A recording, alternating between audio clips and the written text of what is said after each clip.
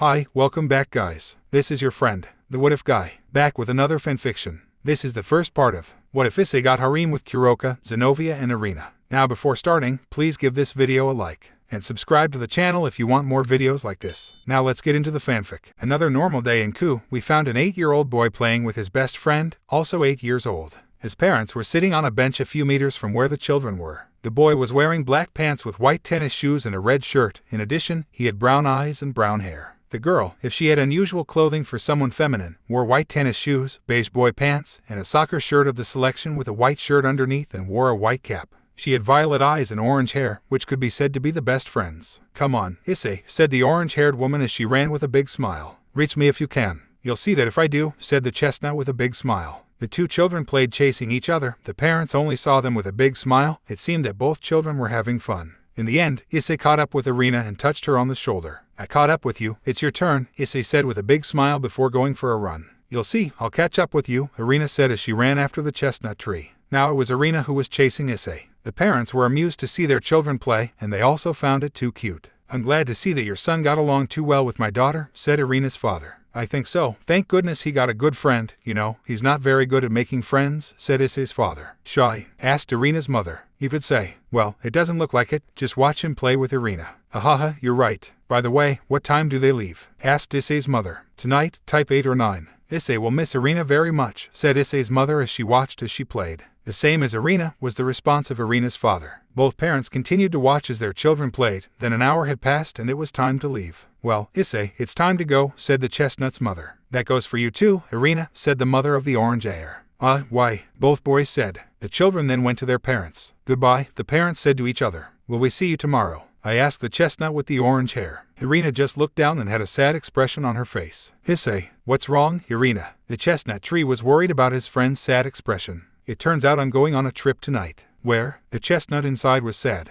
"To Italy." "Oh, I see, and will we meet again?" "I don't know." The chestnut tree was too sad, but then she saw her friend with a smile. "Well, no matter what happens, no matter how far away we are, we will always be best friends," he said with a big smile. "Will you swear to me?" said the orange-haired. "I swear." "Okay." Irina changed her sad expression to a happy one. "Goodbye, Irina." "Goodbye, Issei." Both children hugged and then left with their parents. On the way home, the chestnut tree was quiet. He did not like to know that his best friend was going to another country. "Are you affected by Irina's departure?" her mother asked. The chestnut just nodded by moving his head up and down. "Don't worry, son, you'll see her again," the chestnut man asked with a smile and a twinkle in his eye. "Of course, son, I swear to you." The chestnut tree jumped for joy. The parents just smiled, and the three of them went on their way and came home. Issei's father took out the keys from his pocket and, with that, opened the door. "Go ahead," said the gentleman with a smile. Issei and his mother entered the house, and finally, Issei's father entered and closed the door. The chestnut tree and his father went to the living room to watch television while his mother went to the kitchen to prepare dinner. After 20 minutes, dinner was ready. "Guys, come eat." "Here we go," Issei and his father said at the same time. Father and son went to the dining room, where Issei's mother gave each of them a plate of spaghetti with dumplings. It smells delicious," said Issei. "Honey, you showed off," his father said. "Thank you, guys," his mother said with a smile. The three of them started eating. Issei and his father had liked dinner. After they finished dinner, his mother took the dishes to wash them, took Issei to his room to sleep, put his pajamas on, and laid him on the bed.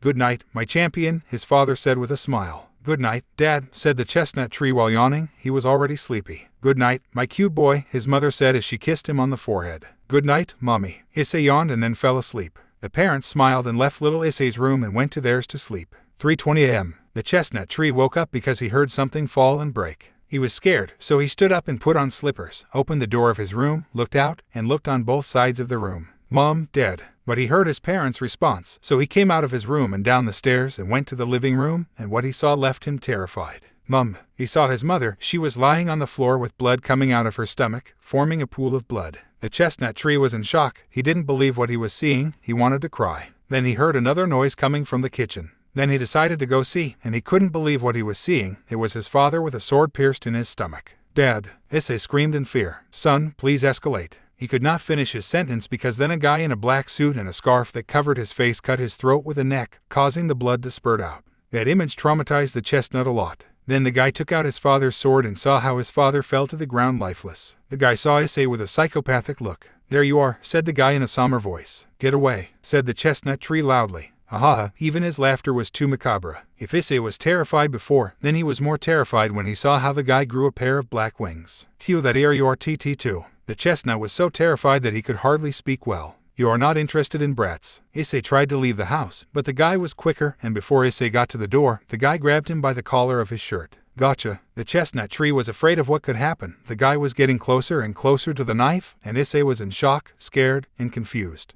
A voice sounded inside the chestnut tree's mind. Who are you? Do you want to kill this guy? The chestnut man thought about it, but then he saw the knife and remembered the picture of his dead parents. Yes, I want to kill him. Everything has a price. What do you want?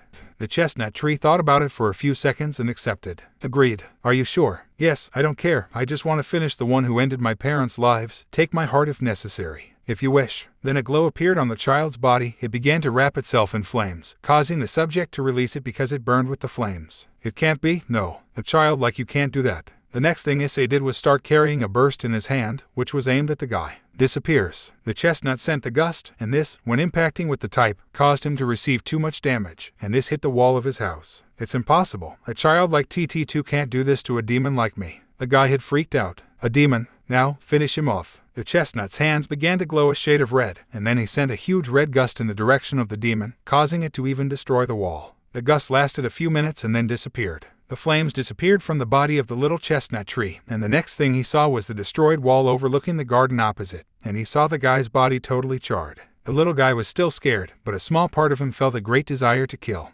The chestnut's left hand will begin to light up a shade of green. Phew, what is this? I was too surprised.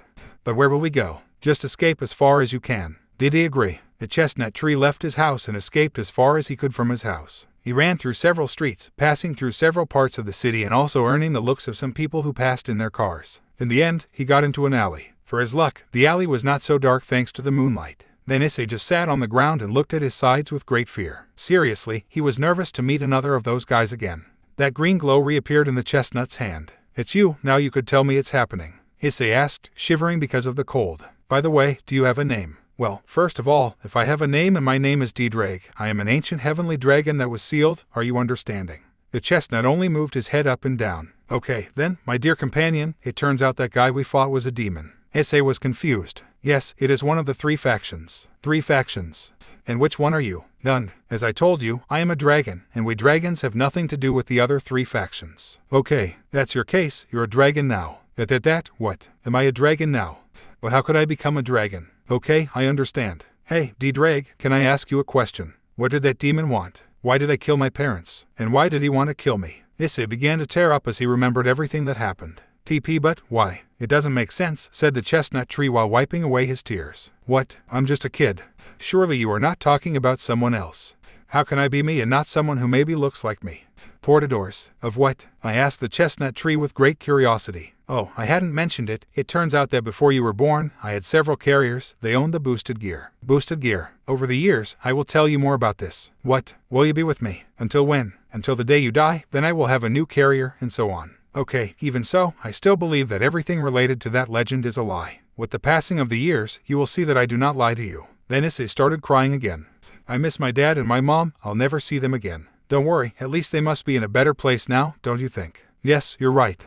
What is it? I asked the chestnut tree with a twinkle in his eyes. Since you are now a dragon, your body will become much stronger, faster, and more resistant than that of an average human. You mean I'll become stronger than the others? Well, with good training, it sure will be, but hey, isn't that great? Yes, said the chestnut tree with great enthusiasm. That's the attitude. By the way, what's your name? Hayato Issei. Well, Issei, from today on, you and I will be partners. Okay, he said with a smile and a couple of tears. Then 2 shadows appeared in front of the chestnut tree. We found you. You will come with us. The voices of the 2 subjects were too dark. The chestnut tree stood up and was scared. Then these subjects showed their wings and were demons. The chestnut then remembered the guy who murdered his parents. D-Drag said this in the mind of the chestnut. The chestnut man ran out of the alley. He tried to run as fast as he could, but the subjects chased him from the air. Can they fly? The chestnut tree was too worried. You just keep running. The chestnut tree continued to run throughout the city. Then he arrived at a place he did not know. He kept running on the sidewalk and saw everything around him. On his left side was the highway, and on the other side, a few meters away, was a large river.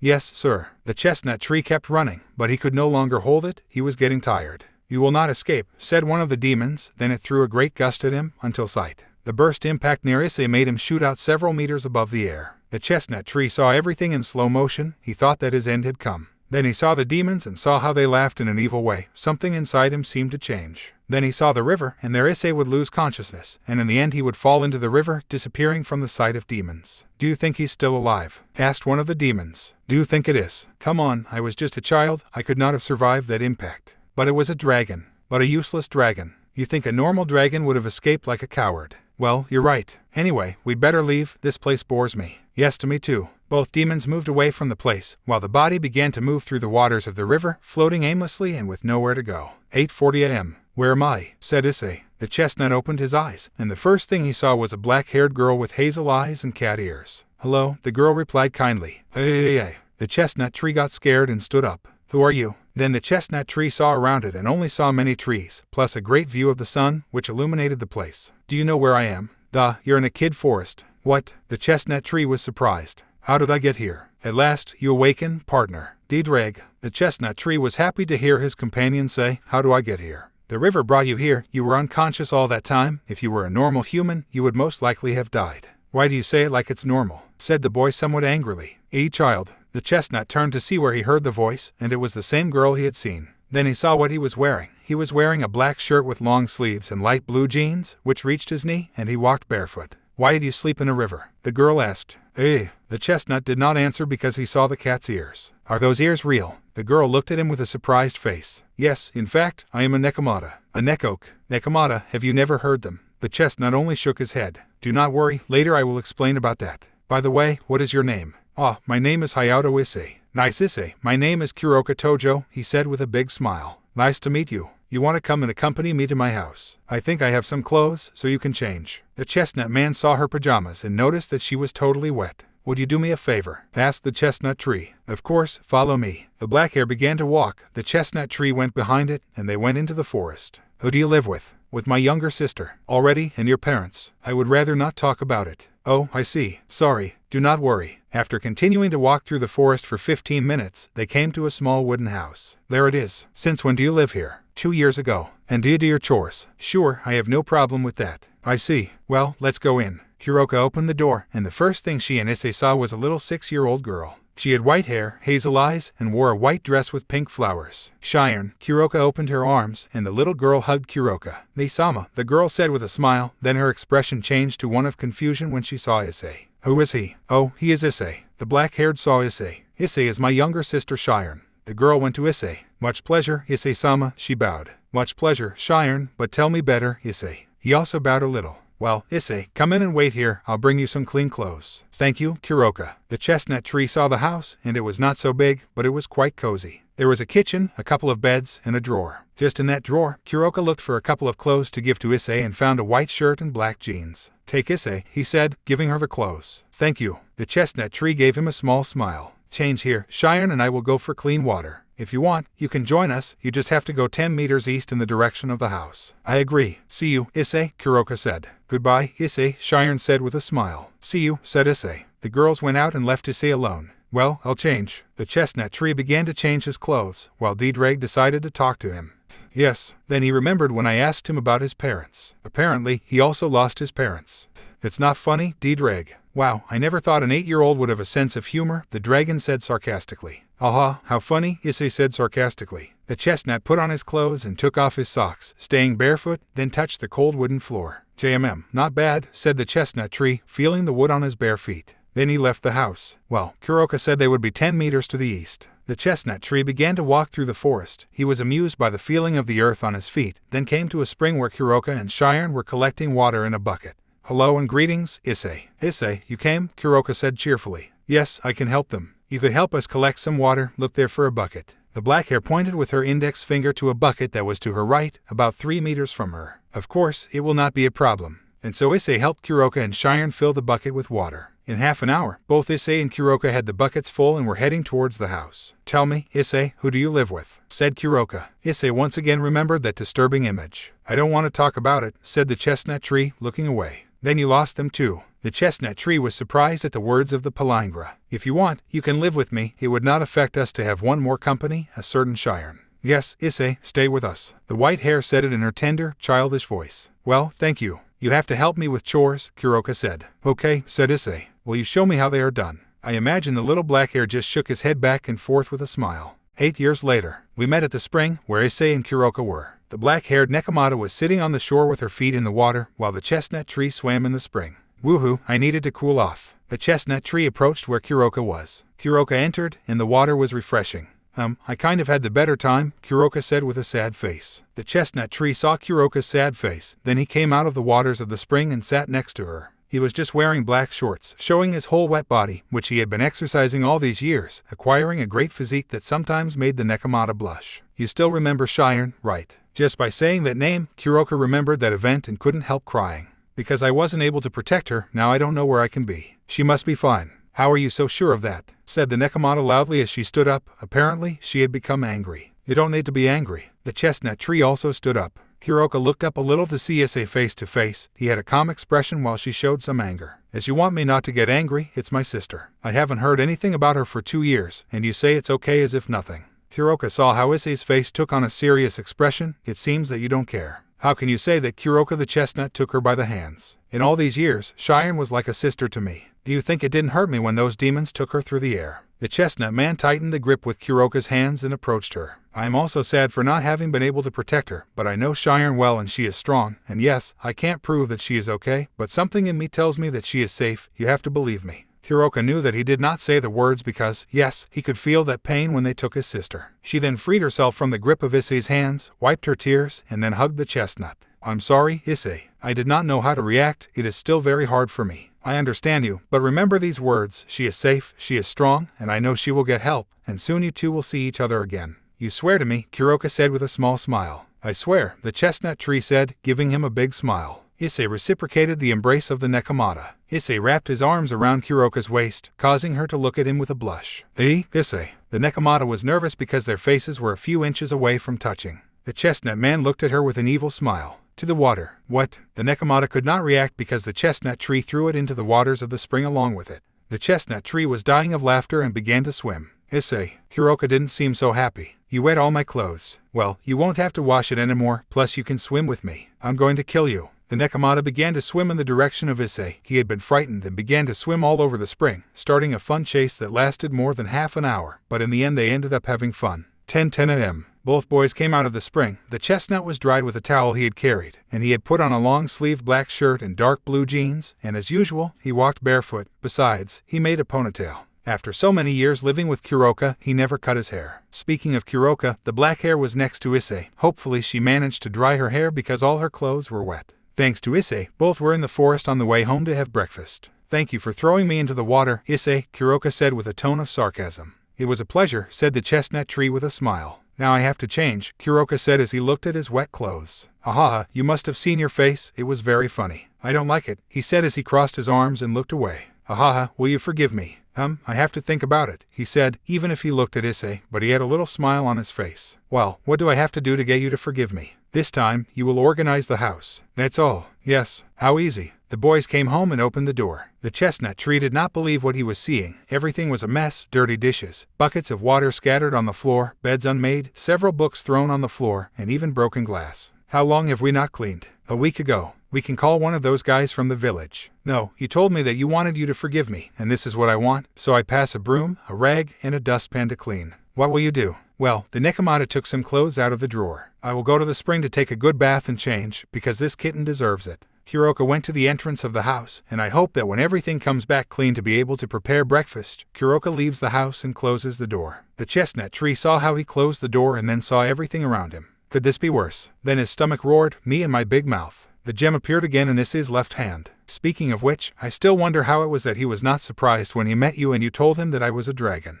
Flashback. Our little 8-year-old chestnut tree was outside with the Nekomata sisters. It turns out he was helping Kuruka with food, but it didn't work. They were preparing to set fire to the wood with some wands, and you wonder why they don't go to the kitchen. And I ask you, how are they going to have gas if they are in a forest? And tell me, Issei, what are you? What am I of? The little chestnut tree was confused. The left hand glowed again in that green color, and a gem appeared. Whoa, how did you do that? Kuruka was surprised. D-Drag, let me know when you are going to appear, Issei said, somewhat annoyed. What a beautiful gem, Cheyenne said as she looked at the brilliance radiating from the gem. Very pleased. D-Drag, then, Issei is a dragon. Well, I'm half human and half dragon. Exactly, although he won't be human for a few years. That's incredible. Apparently the Nekomata liked the news. I'm friends with a dragon. Can you blow fire? No. Are you sure, partner? What are you talking about, D-Drag? Girl, where do you want my companion to blow fire?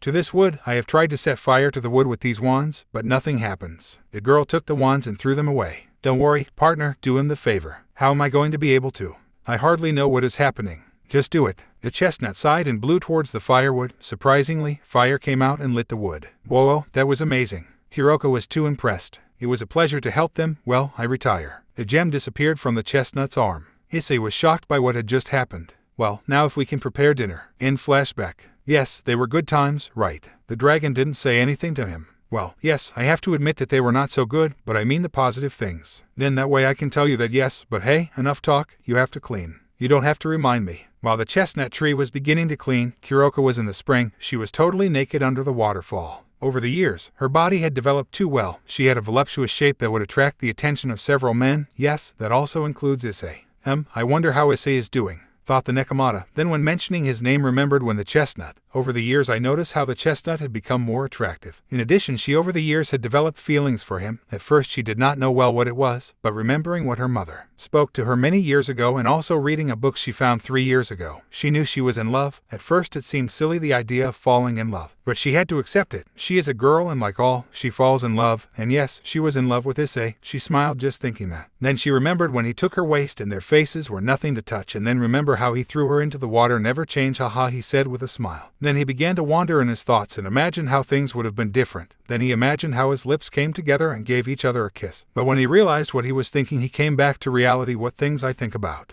Kuruka finished bathing and put on her change of clothes, a white shirt that fitted her body, denim shorts that showed her beautiful legs, and a ponytail in her hair, and went home. I hope Issei is already finished. He kept walking, and when he arrived, he was surprised that the house was totally clean. Kuruka was surprised and honestly thought that Issei would not do more than half. Then he saw on one of the mattresses that Issei was too tired. Oh, I see you wanted my forgiveness too much, he said with a sneer. What do you make me do? Ahaha, well, let's prepare breakfast. I'm tired, Kuruka. But you can't leave me alone preparing breakfast. Please come and help me, she pouted tenderly. Arg, okay, I hate when you make that face, he said as he stood up. It always works, he said with a victorious smile. Both boys went outside the house and collected firewood. The chestnut tree lit it with its breath of fire while Kuruka cooked a fish they had caught yesterday. You know, after several years of eating only fish, fruit, and water, you realize it's too good for your health. Ahaha, if you say it. Did you have several things to eat in the city? Well, the dishes my mom used to make, Issei said with a melancholy smile. You must miss her a lot, don't you? Yes, sometimes I wonder how things would have been if, well, you know. Yes, maybe you'd have a better life. Who knows? At least I know that something good happened in all these years. What? I met you.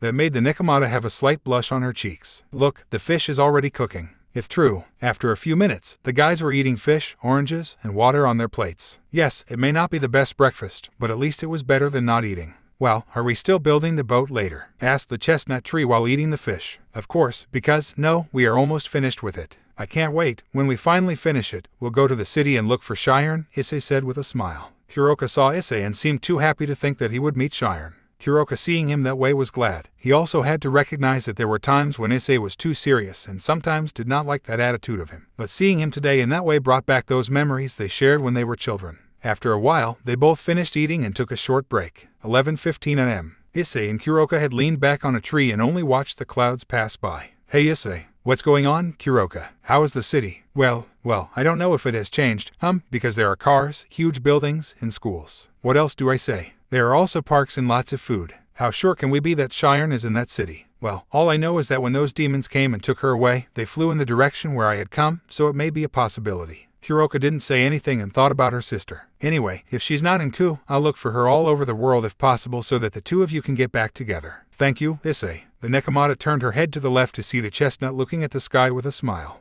You know, I could never have wished for someone better than you. What do you mean? The chestnut tree was confused. Well, you have always been there to protect me, Shiren. Thanks to you, I have become stronger, my powers have become much stronger, and you supported me when I needed it most. I honestly do not know what would have happened if you had never come into my life. Hehe, good. The chestnut turned his head to see Kuruka, and she saw how Issei had blushed. You gave me a home, your friendship, and that desire to make me feel alive again. Both got a little closer, and now their faces were less than 15 centimeters. Both looked at each other with a smile, and then Kuruka, with her left hand, took the right hand of the chestnut. You know, Issei, I've always wanted to tell you something. What, Kuroka? The Nekomata was afraid to tell him. Kuroka, tell him you love him. What do you mean, Kuroka? You remember when I told you that almost everything I learned from my parents, right? I guess. And that they explained some things to me, such as, for example, love. The Nekomata was a little nervous. What a good way to disguise, she said mentally with a lot of sarcasm. Yes, that's what you wanted to tell me. Did you really not understand my hint? The Nekomata was surprised. Well, I must also admit that sometimes Issei is very innocent. Kuroka. Tell me, Issei. Was that all you wanted to tell me? No. So what is that you want to tell me? Issei, you know what love is, don't you? The chestnut had a slight blush on his cheeks. Exactly, what is it for you?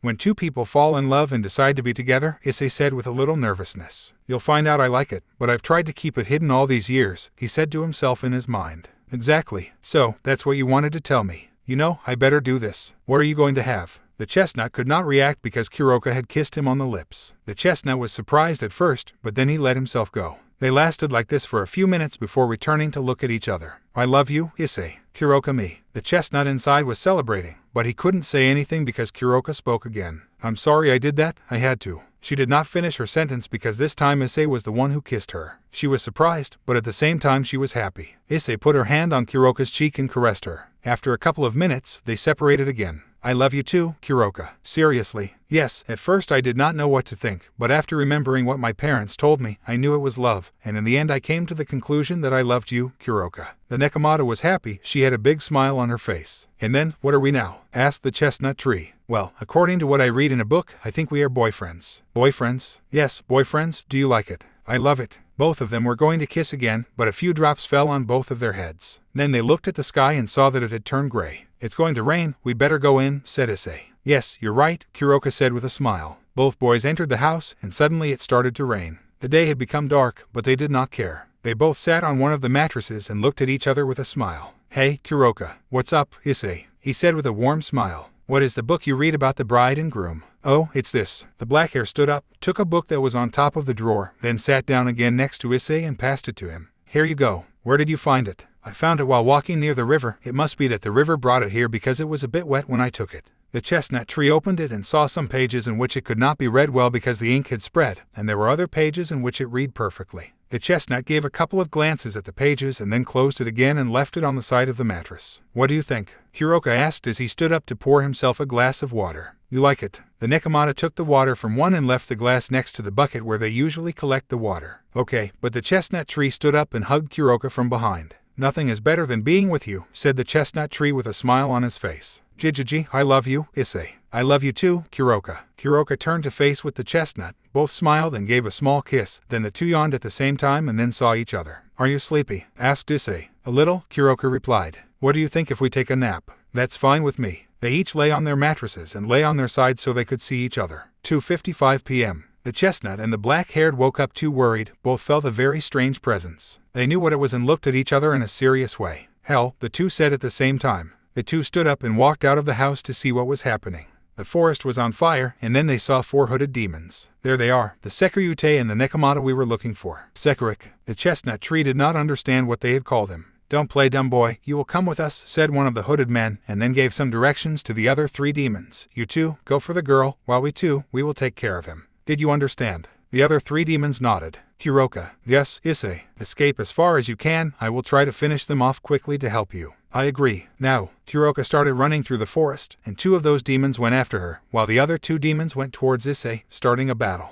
Over the years, the chestnut tree had improved with its skills in combat, but these guys were not easy. Issei had to try twice as hard, so she moved away and sent a gust in the direction of the demons. But they dodged it too easily, and then one of the demons disappeared from the chestnut's sight and appeared behind him. I have you, said the demon in a somber voice. What? The chestnut could not react because he received a blow in the back by the demon. Issei shot out a few meters, falling to the ground, but instantly stood up. He had all his clothes and part of his face covered in a little dirt, but that did not matter. Then he turned to see the demon and saw that he was laughing. Ha ha ha, you are too weak. Those words made the chestnut tree angry, and he ran to the demon and punched him in the face, causing the demon to step back a couple of meters. The demon touched his nose and then saw his fingers and noticed that he was bleeding. Damn, the demon said, becoming angry. The demon went to the chestnut tree and was going to hit Issei in the face, but the chestnut tree stopped the blow with his hand. The demon saw Issei and noticed that in his eyes there was hatred and anger. Then the chestnut tree punched him hard in the stomach, causing the demon to lose air. The chestnut tree continued to hit the demon several times in the stomach, causing it to even squirt blood.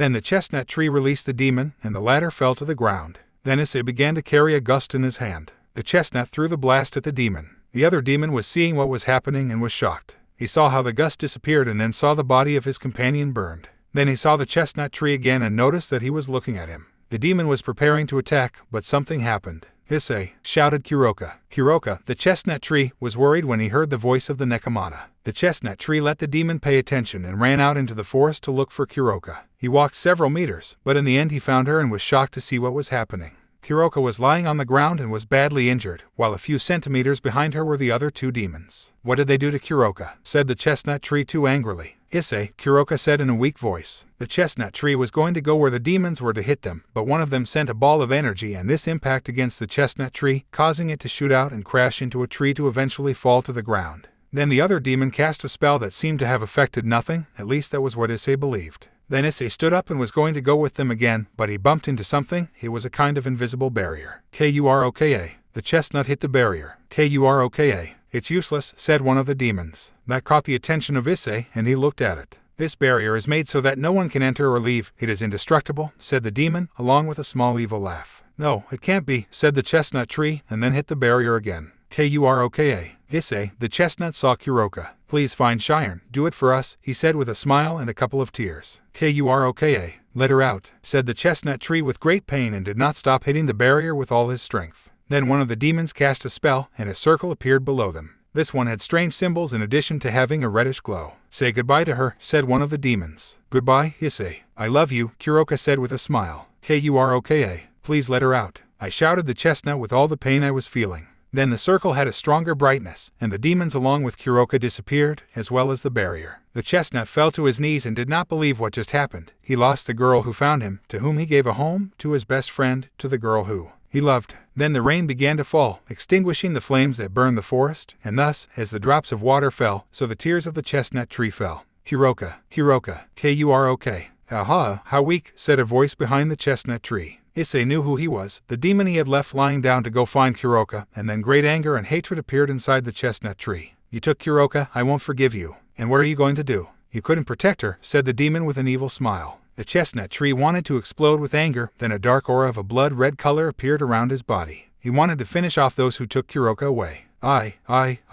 will kill them." Then a gauntlet materialized in the left arm of the chestnut. This was red and had a green gem embedded. The chestnut saw the gauntlet, and then the chestnut turned to see the demon, and a great gust began to load in the gauntlet. "You're going to die," said the chestnut. The demon was frightened to see the state of the chestnut tree, and then the chestnut pointed the gauntlet at him. "Dies." The chestnut tree sent a powerful gust, instantly ending the life of the demon. After a few minutes, the gust disappeared, and the only thing left were some ashes. The chestnut fell back to its knees and began to hit the ground. He cried blood for the pain he felt. "Kuruka, I'll look for Cheyenne and find you, I swear." For us, after several months of what happened, Issei had achieved the goal he always wanted to have fulfilled with Kuruka. He had finally reached Ku. Well, although Issei had not noticed, he arrived at a port without realizing it because he had decided to take a nap. He was wearing dark blue jeans and a white shirt. He carried along with him a small box where he had a couple of clothes, a couple of bottles of water, a toothbrush, and an empty bag. Why did he carry an empty bag? Easy. When he had left the forest, he took a few fruits, which he finished in less than 2 weeks, and was sailing for more than 2 months. How did he feed himself? Because he had to hunt fish and eat them raw. In short, his hair was a little longer without saying that he was a little messy. He had also undergone training to become stronger. Flashback. The chestnut tree was in the middle of the forest with his arms crossed, and with a serious look, he was exactly in the place where Kuruka was taken away. "Well, D-Drag, since you plan to fight me, if, first, you're on my mind, and second, there's just me in this damn forest. Because you will train with mirages that I will create," said the dragon. "As you will exactly say, you are a sealed dragon. It may be sealed, but remember that you gave me your heart, so now I have power over you. Well, do what you have to do. I just want to get stronger to get Cheyenne back in." It still pained him to mention that name. "You know, just do your training." The dragon manipulated the mind of the chestnut tree, causing it to have a severe headache and fall to its knees. "You'll see." After a few minutes, the pain stopped. The chestnut tree looked around and saw 10 of those hooded demons. "What are they doing here?" "Quiet, partner, they are just a figment of your imagination. But they look so real." "As you know me," said this disinterested. "Well, get ready, because this begins now." The chestnut tree had no reaction time because 2 of those demons attacked him in one go. Issei fell to the ground with a little blood in his nose, then he saw the demons, and he also heard that evil laughter. You're going to let them hurt you like that? No, of course not. The chestnut tree stood up and faced the two demons. Now that Issei was angry, he managed to give battles to those demons. He could hit both demons and defend himself at the same time, so he kept fighting and became faster. So much so that he even went through the stomach of one of those demons, causing him to disappear, while the other kicked the other in the head, causing him to also disappear. Then he saw the other demons and they were in combat pose. What are you going to do? Let them beat you and make fun of what you could not do. The dragon's words made the chestnut tree angrier and angrier. Just look at them, they laugh at your failures, you couldn't save your parents. Those words made the chestnut burn with anger. You let them take Cheyenne. His hatred grew more and more in a surprising way. And the worst, you couldn't save her. Issei was already bursting. A blood-red aura was starting to appear around her. Shut up, said the chestnut man, chuckling as he tried to contain his anger. Because you don't want me to tell you that you couldn't save Kuruka. I told you to shut up. His anger and rage erupted as his aura also became bigger. Besides, his eyes turned green, and his pupil became that of a reptile. Now, finish them off. Don't tell me what to do, said the chestnut tree with much hatred. Thus, he began to end all those demons that reminded him of the failures he had to live through in order to become stronger. In flashback, for 2 months he underwent this training, which consisted of becoming stronger both mentally and physically and increasing his powers in such a way that he could finish with whoever was. Because he was training during all that time, he developed a much stronger attitude, but without sometimes leaving his innocent side. In addition to having more muscle mass, it could be said that he was like Randy Orton without telling himself that he grew a little more in stature. But currently our powerful protagonist was sleeping on the boat arriving at a port. Hey, boy, said a man about 40 years old. He had that touch of elegance. He had a gray suit, black shoes, black hair, and black glasses. This was on the edge of the port, which was 1.5 meters high. He saw the chestnut tree sleeping. Wake up, boy. The chestnut tree woke up, heard the voice, looked up, and saw the gentleman in the harbor. What the hell? The chestnut tree lost its balance on the boat and fell into the water. Look, boy, get out of there and pick up that lame. The chestnut took off a few strands of his face and saw the Lord, then he took the box, which had also gotten wet. The chestnut asked that the clothes inside the box had not gotten wet, and then climbed to the port by a ladder and saw the Lord. He noticed that the Lord was shorter than him, that Issei was very tall, because he measures 1.87 meters, because to be 16 years old he was tall. Exactly what were you doing sleeping in that boat? Said the gentleman as he saw the boat, which had flipped because the chestnut tree had fallen. I'm trying to get to Ku, do you know where I am? Said the chestnut tree with his eyes. You are in Ku. Excuse me for that. Yes, you are looking to get to Ku. When you are finally here, do you know what Ku is like? Well, it's been years since I left. And because you arrived in a boat, besides, why don't you have shoes? The chestnut tree didn't know whether to tell him the whole truth. Drag, what do I say now? I asked the chestnut to the dragon. Okay, Issei told the story that Drag told him. The Lord had his eyes open in surprise, although it was not noticeable because the black glasses hid his eyes. So, you escaped with your parents to another country, but a few months ago, some terrorists came, killed your parents, and then you escaped in that boat. Yes, the chestnut was strange now that he analyzes the story well. He said, what the hell were you thinking, Drag? I don't know, it was the first thing I thought. But what do you think, mate? Heck, those must be crazy, what did you call them? Perverts, but meh, in the end, I didn't care what they thought. It looks good to me. No, not that, I think that's disrespectful, I mean, you didn't care. Oh, I understood. Hey boy, the gentleman says again. Yes, sir, said the chestnut tree with a serious attitude. Accompany me, I will find you some clothes and then let you go. Really? The chestnut tree was surprised. Sure, but you will have to fulfill some favors before you leave. I knew it was too good to be true, he said in his mind. Follow me. The gentleman began to walk, and the chestnut tree next to him was walking around the port. The chestnut tree saw several people passing by. Some were in cranes, and others brought large bags of something, but the smell was not the best. Heck, it smells really bad, he said in his mind. And tell me, what is your name? Asked the Lord. Hayato Issei. Well, Hayato, listen, it turns out that here all you see, the chestnut tree saw around him and saw several containers, some on some ships, while others were loaded with cranes and a small part left in the port. All these shipments contain some things that are illegal in this country. Illegal. The chestnut tree seemed a little confused. It did not have that word well defined. Yes, drugs are not allowed in the country. I think I heard my mother talk to me about drugs once, he said in his mind as he remembered what his mother told him. Issei, never receive things from a stranger, it may be drugs or worse, and that can kill you. Hell, what mess did I get into now? He said in his mind. Please don't make me take drugs. Well, boy, this is the business. I have some customers here in Ku to whom I cannot deliver their orders because I am a little sought after all over the country. Don't make me take drugs, don't make me take drugs. You will distribute some orders to some clients. Phew, the chestnut tree had to relieve one thing, as I will deliver all those orders, if I do not even know it. Then I will pass you a list with the addresses, meanwhile, go to change. But where? There. The gentleman pointed to a small house about 10 meters from the port. The chestnut tree saw it and, in a way, reminded him of his old house in the forest. There are clothes, so you can change, and if you want, you can take some clothes that are to your liking. I still have a variety of clothes, so do not worry. Oh, I almost forgot. The guy gave some keys to Issei for you to open the door. The guy left Issei. I wait for you near my car to pick up the shipments, he said from afar, and then go with some workers. The chestnut tree did not know what to think but still needed a place to change, so I walked until I got to the house. I used the keys to open the door, then I entered and closed the door. The chestnut tree saw the house and did not notice anything strange: a sofa, a closet, a television, and a small table. I also noticed that there was a drawer next to the door, and above the drawer there was a mirror hanging in the wall. The gem appeared in the chestnut's left hand.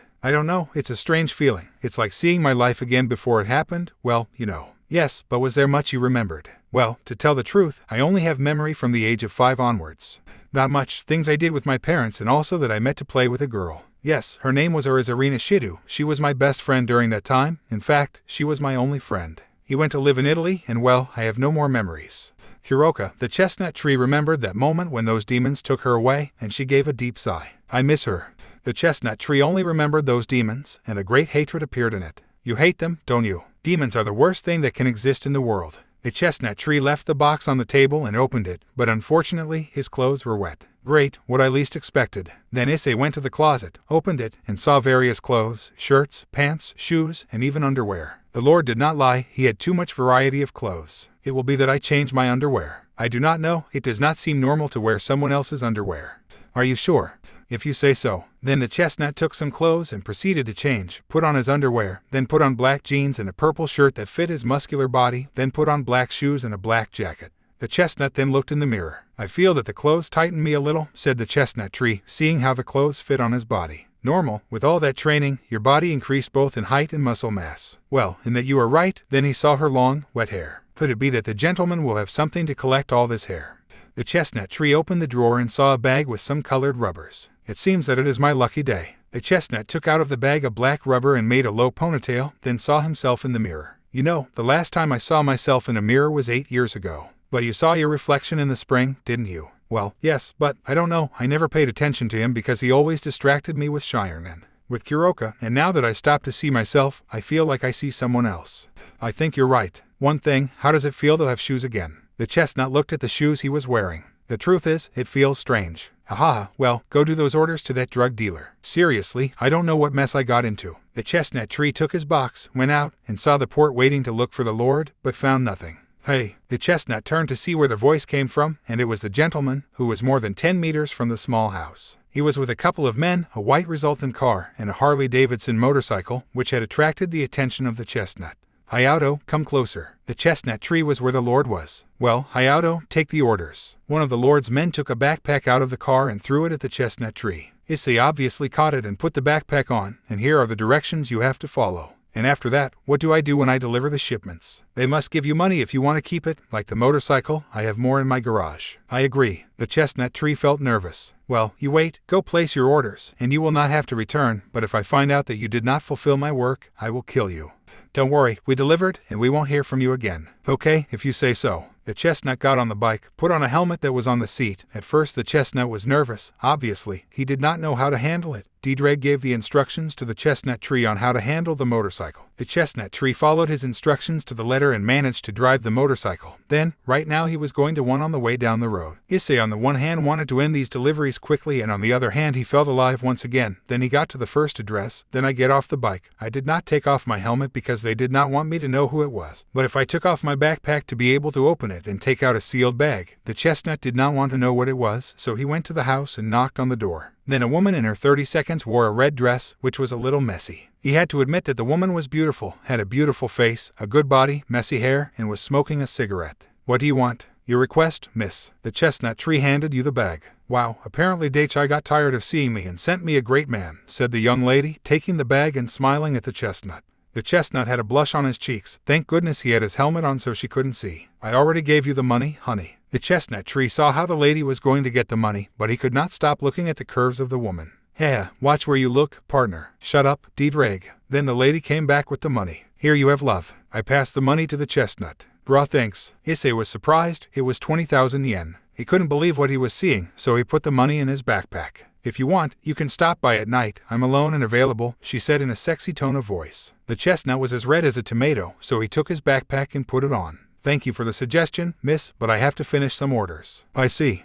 I would not be able to send someone to make a single order, and that's it. The chestnut tree got back on the bike. See you, miss. The chestnut started the bike and went in another direction. Drag, you saw all the money he gave me, said the chestnut tree in his mind. Yes, with that, you could afford an apartment to live in. Hey, it wouldn't be a bad idea, plus I want to find an academy, I would like to study, have a good future and stuff. If you want that. The chestnut tree continued driving until it reached the next address, and so it was for a few hours. It arrived at a part of Ku, delivered the order, received a good amount of money, and left. It had already completed almost all the deliveries. Obviously, it had the helmet on so as not to show its identity to anyone, but anyway, he only needed one delivery and he would end all this. Drag, I'm glad to finally end this. Without saying you already have a lot of money, you could buy a house and some furniture. It wouldn't be bad, but I'll never do something like this again. No, never. I had a carrier who died because of drugs. Did he consume them? Something like that. He overdosed and was never heard from again. Heck, that must be horrible. Don't even say it. The chestnut continued its path and reached its last destination. It was a totally black house with a gothic touch. Wow, these must love the drug. Don't even say it, partner. The low brown of the motorcycle took off his jacket to take out the last envelope and felt a strange presence. It was not a demon, but it was curious. Even so, I do not take it so much importance. So he went to the house, knocked on the door, and waited for them to open the door. I waited about 10 minutes until they finally opened. He was a girl with black hair, violet eyes, and wore leather clothes. Oh, hello, sorry for the delay. Yes, here is your order. I passed the bag. Thank you. The chestnut saw the girl and had to admit, first that she was too short, like 1.65 meters, and second, that she was too attractive. She had a body too striking just by seeing the leather clothes adjusting to her body. He gave an idea. Sorry for my manners, my name is Rainier. Much pleasure, Rainier. Come in, and I'll give you your pay. Okay, the chestnut tree was a bit strange. When Issei entered the door, he closed one and saw all the lights off. The curtains were black, so there was no access to light. The only thing there was light were about 4 candles. The chestnut tree then saw 4 other people, 4 men to be exact. The chestnut tree did not take so much importance, so he kept his hands in his pockets. Then he decided to look at the walls and saw strange paintings. These looked like a kind of angel, but they were bathed in blood, which seemed too suspicious to the chestnut. He believed that these guys were not humans, and then he saw one of the walls that said, "The fallen angels will rule the world." The chestnut tree had been alarmed, and the sage of the fallen angels, thanks to Drag, knew that they were not good people. It's not necessary. I think I'll leave, said the chestnut somewhat suspiciously. Because if here is your pay, said the violet Oji with a sadistic smile. Then he spread his wings. These were angels, but black. Then he saw how Rainier appeared as a purple spear. Now it disappears. I throw the gust at the chestnut, but what a serious mistake. The chestnut took the spear with his hands and destroyed it just by tightening the grip. The fallen were surprised to see how the spear fell apart. Catch it, cried Rainier. The other 4 spread their wings and were going to attack Issei. One of them destroyed the helmet with a spear and then revealed the angry face of the chestnut. They won't want to do this. One of the angels went to Issei and punched him on the cheek. The chestnut did not flinch and removed his fist from his face. The fallen was surprised. Then the chestnut moved at an incredible speed and was now behind the fallen. You shouldn't have done that. The fallen could not respond because Issei put his hands on the head of the fallen and turned it sharply about 180 degrees, breaking his neck and instantly ending his life. The fallen fell to the ground with white eyes and was lifeless. Now, who follows? Said the chestnut with a psychopathic smile, looking sideways at the other fallen. In another part of the city. Right now we are in another part of Kyo, specifically in an academy, and in one of the rooms there were 4 people, 3 girls and a boy, all wearing the uniform of the academy. The boy's was brown shoes, black pants, a white shirt with a black ribbon on the neck, and a black jacket. While the girls were brown shoes, a magenta skirt with white details, a white shirt, a black jacket, and a black cape on the shoulders. All good, President? The boy asked. This one was blonde with gray eyes. Of course, Kiba, said a long, crimson-haired girl with blue eyes and a voluptuous body. This girl was somewhat worried about something. Aurora Estes Segura Rias, you look a little worried, said a black hair with long black hair tied to a ponytail that reached her legs, violet eyes, and a much more voluptuous body than the previous girl. Of course, Akino, it's just that. The redhead didn't know how to explain the situation. What's going on, Ria-senpai? Said a little girl. She had white hair with hazel eyes, and her body was not voluptuous at all. It was the body of a normal 14-year-old girl. The redhead gave a deep sigh. Shiba, Akino, and Kaneko, I happened to get a call from my brother saying that apparently they found the Sekiryute here in Ku. What? And what should we do? Asked Kiba. We can't kill him. No, obviously not, replied the redhead. We have to find him and ask him to join us. What if he doesn't want to? I asked the hare. We have to get it. It is convenient for us to have the Sekiryute on our side. Some of this was familiar to Whitehair. What do you think, Kaneko? Asked Rias. I don't know, Kaneko said, unwrapping a chocolate candy. We return with Issei, who was still in that gothic house. Everything was a mess. Some candles were extinguished while others were on the ground. Thank goodness there was no gasoline. In addition, he had finished with almost all the fallen. He only lacked one, and that was Rainier. The girl was cornered in one of the corners of the house. She had no chance to escape.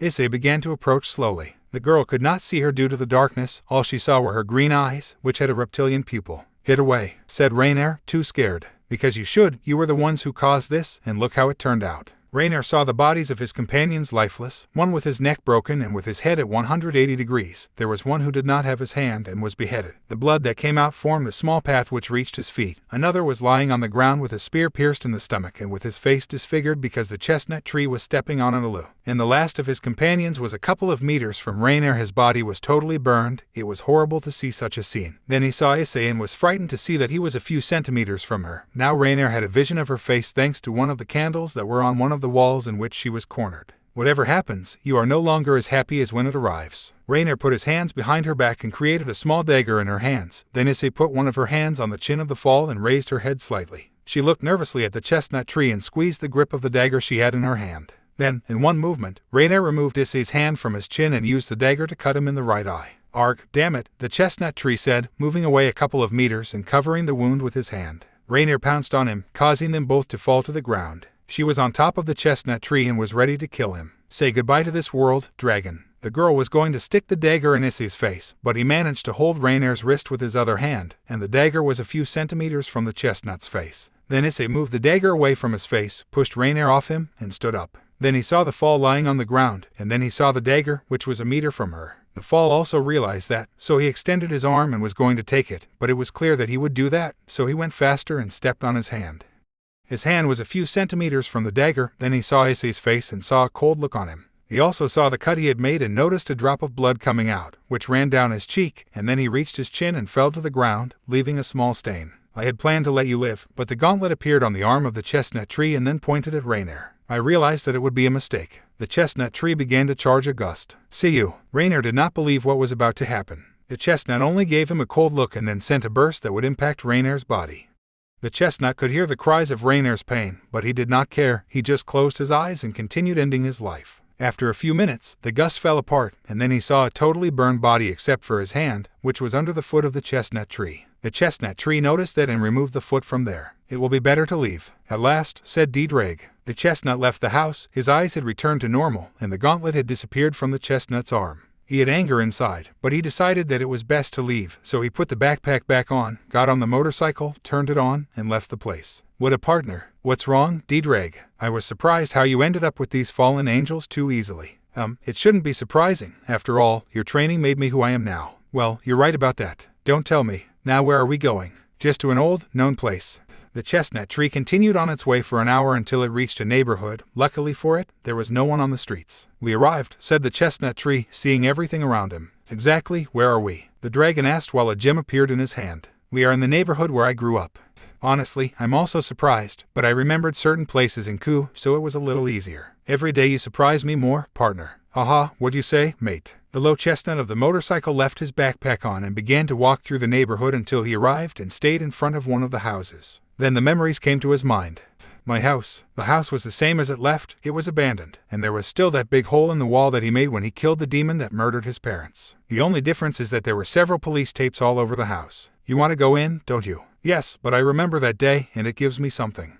"It's not fear, it's like confusion. Here, my life became another after that event. If you want, you can leave. You don't need to see your house inside. I'll be fine, at least, to take a little look." "As you say." The chestnut looked on both sides, hoping that no one appeared. After a few minutes, as he saw that no one had come, he began to advance on the grass, removed the police tape, and entered through the large hole that was. He had to bend down a little to enter, but everyone entered the house, then saw the furniture, and everyone had a tablecloth on top. "Who do you think could do this?" "Maybe the police. Will continue investigating." The chestnut tree advanced through the house. He had to admit that everything was dark, so he went to one of the walls and tried to turn on a switch, but he did nothing. "The lights do not work." "I think so." The chestnut tree was lucky to know where he was stepping thanks to the light that went through the window. Although it was not much, to tell the truth, there were police tapes that covered the windows. Although there was also too much dust, something that also did not enter much light. The only light that made him see the room was the large hole in the wall. But well, the chestnut continued walking around the room and did not see anything strange. Then on the way to the kitchen, and once again had a bad memory. The chestnut tree entered and did not see anything strange. Everything was tidy. Yes, there was a lot of dust. The chestnut opened the drawers and there were nothing, no cutlery, no plates or glasses. Who took them? He said in his mind.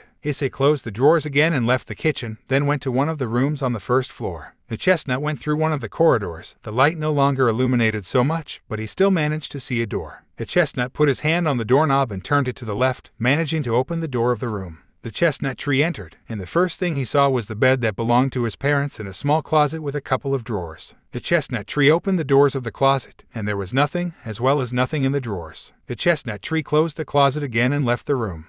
Yes, me too, but they took everything. I don't know, maybe they gave everything to the poor, but if I wanted to know what they did with all things. The question made the chestnut bear a deep sigh. Yes, one is missing. The chestnut tree on the way back to the living room and then went to some stairs. The chestnut tree just by climbing the first step remembers when he saw his mother lifeless. The chestnut tree had planned to leave, but he won more the desire to go up to the second floor. Then he climbed the stairs and saw a corridor. The chestnut tree walked through almost the entire corridor until it reached a door. The chestnut opened the door, moving the doorknob to the left. The chestnut entered his old room and saw his bed, his wardrobe, a bedside table next to the bed, and above the drawer there was a 20 centimeters mirror. The chestnut made him nostalgic to see his room and could not help but fall a tear. Issei took the mirror and cleaned the dust to be able to see himself. After he finished cleaning the mirror, he decided to see his reflection. The chestnut tree did not know what to think when he saw it. Then he saw the cut that Rainier made in his right eye and he did not seem to like it. He passed his finger through the cut and then saw his face. I'm not the same as before, Issei said with a slight disappointment. But you look more mature. The chestnuts stared at each other for a few minutes. You think? The chestnut left the mirror on the bed and then left the room, went downstairs and left the house, then went to his motorcycle and got on. Come on. First, I'm going to buy a house, and second, I'm going to eat. I haven't had breakfast all day. Then, what hours are they? They are I have no idea. It doesn't matter, let's buy a house. Well said. The chestnut started the motorcycle and started driving. There must be signs for sale, isn't there? The chestnut continued driving while Diedrag realized something. Seriously. To Academy. There were Akino, Kiba, and Kaneko planning how to convince the Sekiruyute. While Rias had just finished a call she had with her brother, she went to one of the sofas, sat next to Akino, and gave a deep sigh. Well, Akino said, curious to know what Rias was talking about with her brother. Any advice that Lucifer-sama hasn't left to find the Sekiruyute? Asked Kiba, hoping he would say yes. Unfortunately not, said the redhead. So, why that state of mind? I have to go buy groceries. Live? Asked Akino curiously. Yes, my parents and my brother will come to visit, and I have to prepare dinner, but I must also go buy groceries. Do you want us to accompany you, Ria-senpai? Said Kaneko as she ate another sweet. Would you seriously accompany me? Sure, I have no problem, Akino said with a smile. Me neither, Kiba said. It's the least we can do, Kaneko said. Thanks, guys. After school, let's go. What will you prepare? Aikno asked. I do not know. I had planned to prepare a lasagna or fish fillet with fine herbs. When do they come? Saturday night. Perfect. We can go out in the morning to buy the ingredients, don't you think? Said Akino with a smile. Sounds like a good idea, Rias replied with a smile. Meanwhile, with Issei, 11:20 am. The chestnut tree was in another part of Ku. He had left his motorcycle next to a car parked in front of a house that was for sale. The chestnut tree was knocking on the door, waiting for someone to open it. Do you think there is anyone? Diedrag asked. It would be the last straw if they sold a house and there was no one, said the chestnut tree. Well, you're right. Besides, that car in front of the house must be someone's, don't you think? Then someone opened the door, and the chestnut tree saw that they were a married couple in their 42nd. Ah, yes, good. I saw that this house was for sale, and I wondered if I could see it. Sure, young man, come in, said the lady with a smile. The chestnut tree entered and the couple showed him the house. The chestnut tree was surprised to see the house. It was 2 floors. On the first floor there was a living room, a kitchen, 2 bedrooms, and a bathroom. And then on the second floor there were 3 more rooms, another bathroom, and he almost forgot. There was also a garage so that Issei had a place to store his motorcycle. The chestnut tree loved the house and bought it once. Without thinking twice, he spent about 120,000 yen buying the house, but he did not care, he still had money. The couple gave him the keys, and then they left in their car, leaving the chestnut tree with his new house. Okay, the chestnut put his motorcycle inside the garage and then entered his house. In the end, everything went well, certain Diedrag. I know. Then the chestnut tree saw everything around him, and then he saw his backpack. I have to buy several things. Well, the basics. Sofas, a TV, beds, a fridge, a stove, dishes, you know, the typical. Yes, well, and you will do it now. I would, but... The chestnut tree shut up for a moment because its stomach roared for 2 minutes. I'm very hungry. Wow, I've never heard anything like that. Better yet, let's see if there is a place to eat. The dragon said it in a mocking tone. Say what you want, but after 2 years, it tastes good. The chestnut tree took the keys, left the house, and began to look for a place to eat. Saturday, 7 a.m. The chestnut tree was sleeping in his bed too quietly until an annoying alarm sounded, causing him to wake up with a little rage. The chestnut man stretched out his hand and turned off the alarm. I don't know how to buy it. The gem appeared in the chestnut tree's hand. And I should have listened to you. The chestnut got out of bed. He was wearing only a white shirt and boxers. Then he saw his room. He obviously had his bed next to a small table where he had the alarm that woke him up, and he also had a closet with a few clothes. It could be said that he does not have so much, but Issei liked how he looked. You know, it was worth having made that negotiation. I was able to buy what was necessary. The chestnut left his room to go to the living room. There were 2 sofas, one personal and one for 3 people, and a 42-inch television. The chestnut sat on the sofa and turned on the TV to watch the news. He could also see through the windows that the day was cloudy. And in the latest news, Daichi Hashimoto was arrested. He is known to be a drug trafficker, and he was mainly responsible for sending shipments of cocaine, heroin, and other types of substances. Then they showed images of the narco, and the chestnut tree was surprised. It was the same subject he saw in the port. The dragon said it with a smile. Who forced him to get into those things? I don't care. I didn't continue with that. Now the only thing that matters to me is breakfast. Don't you think you should buy food first?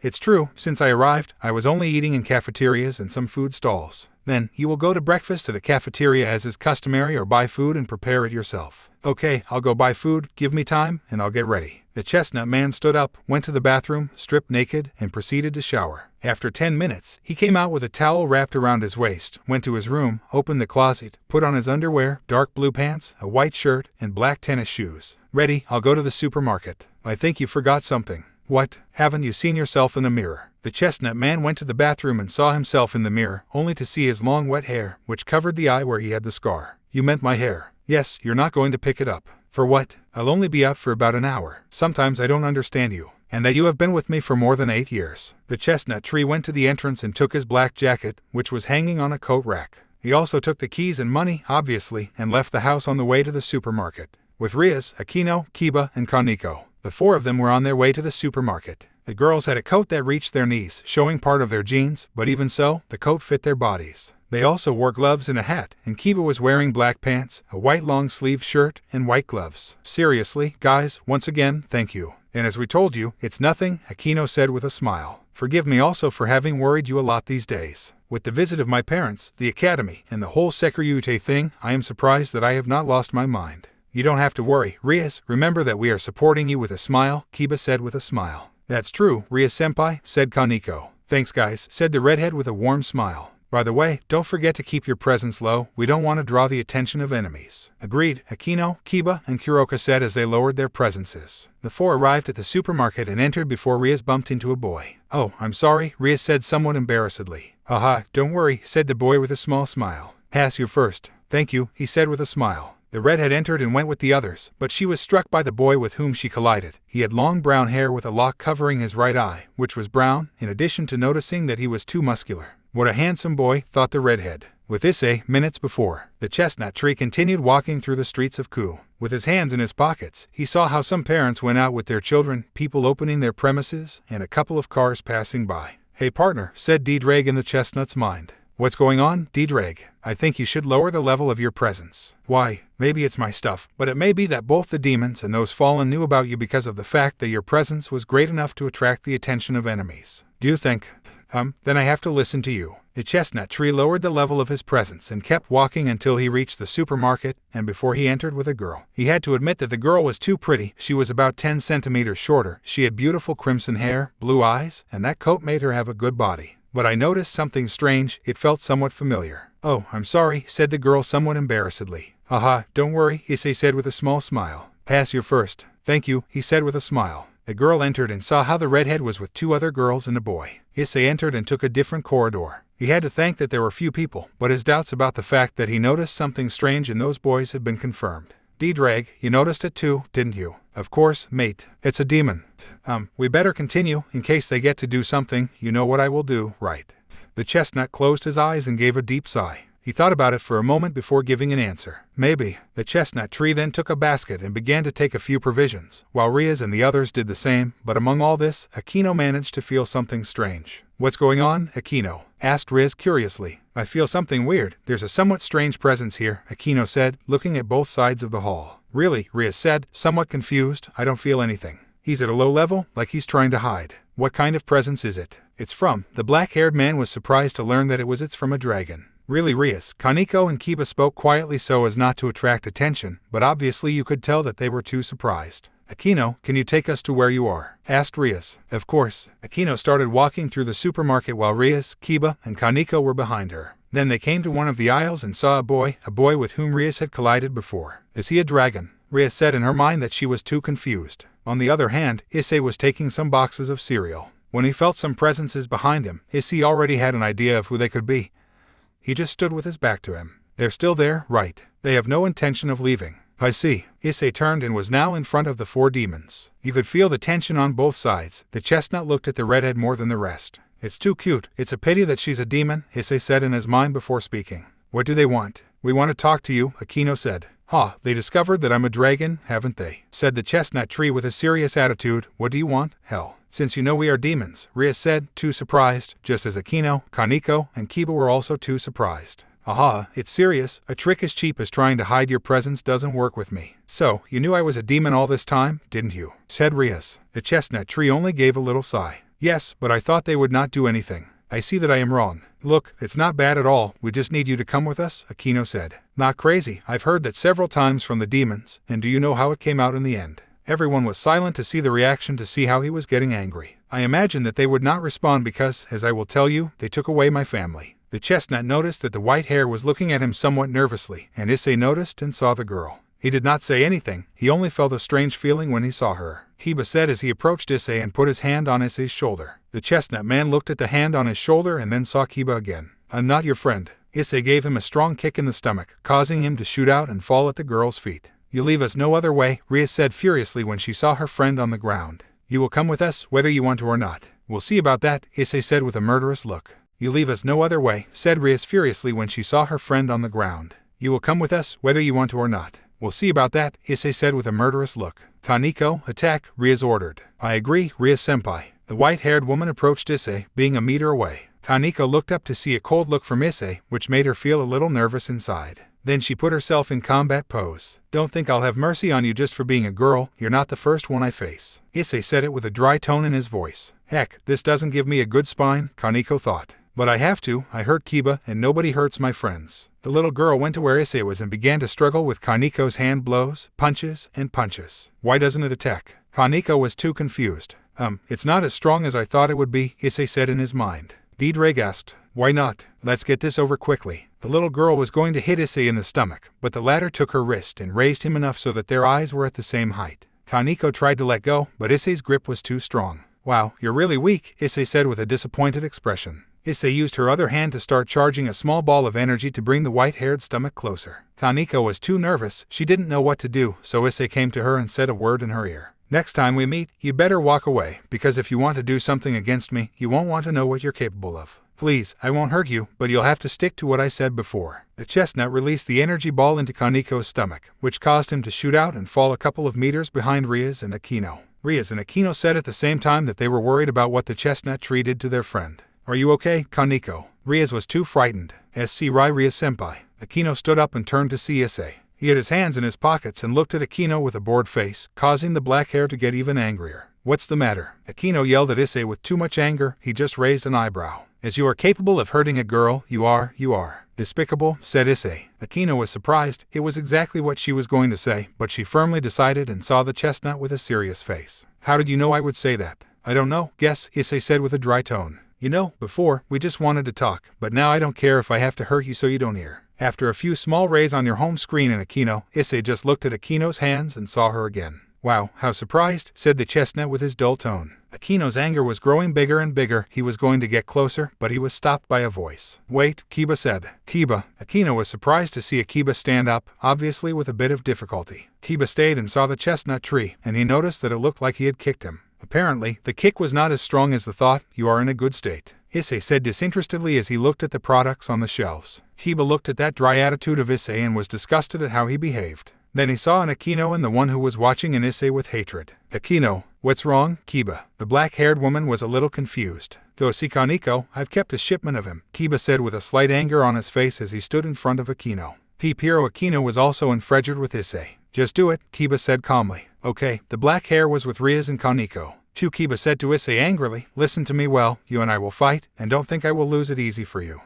Defeat you too easily, which makes you believe you have a chance, Issei said with a small smile on his face. Rias, the redhead, when she heard the voice, turned to see Kiba, who was looking at her. Rias saw the chestnut, and she had a small smile on her face, which caused the redhead to be enraged. Then she created a magic circle, and from there came a sword, which the redhead took. Kiba, catch her. I threw the sword at her, and the blonde caught her with a big smile on his face. Thank you, Rias, he said as he saw Issei again. Now I'm ready. I see you. They were the words of the chestnut. Then, Kiba began to run with the sword pointing at the chestnut's stomach. This was at a high speed. Issei just smiled, and the gauntlet appeared in his left hand, and with that, he caught the sword. Kiba was too surprised, just like the girls. Seeing that gauntlet, he already had an idea of who it could be. Yuri the Sekyute, Kiba said, too surprised. The chestnut just smiled evilly and showed Kiba how his eye took refuge for a few seconds in a green color, had a reptilian pupil, and then returned to its normal state. This can't be true, Kiba said, shocked. Maybe you should see your sword, said the chestnut with a little evil smile. What? The blonde was confused. When he reacted, he could see how Issei broke the sword with his gauntlet. Kiba could not believe what was happening, and then Issei punched him in the face, making him back a couple of meters. Think fast, Issei said as he approached.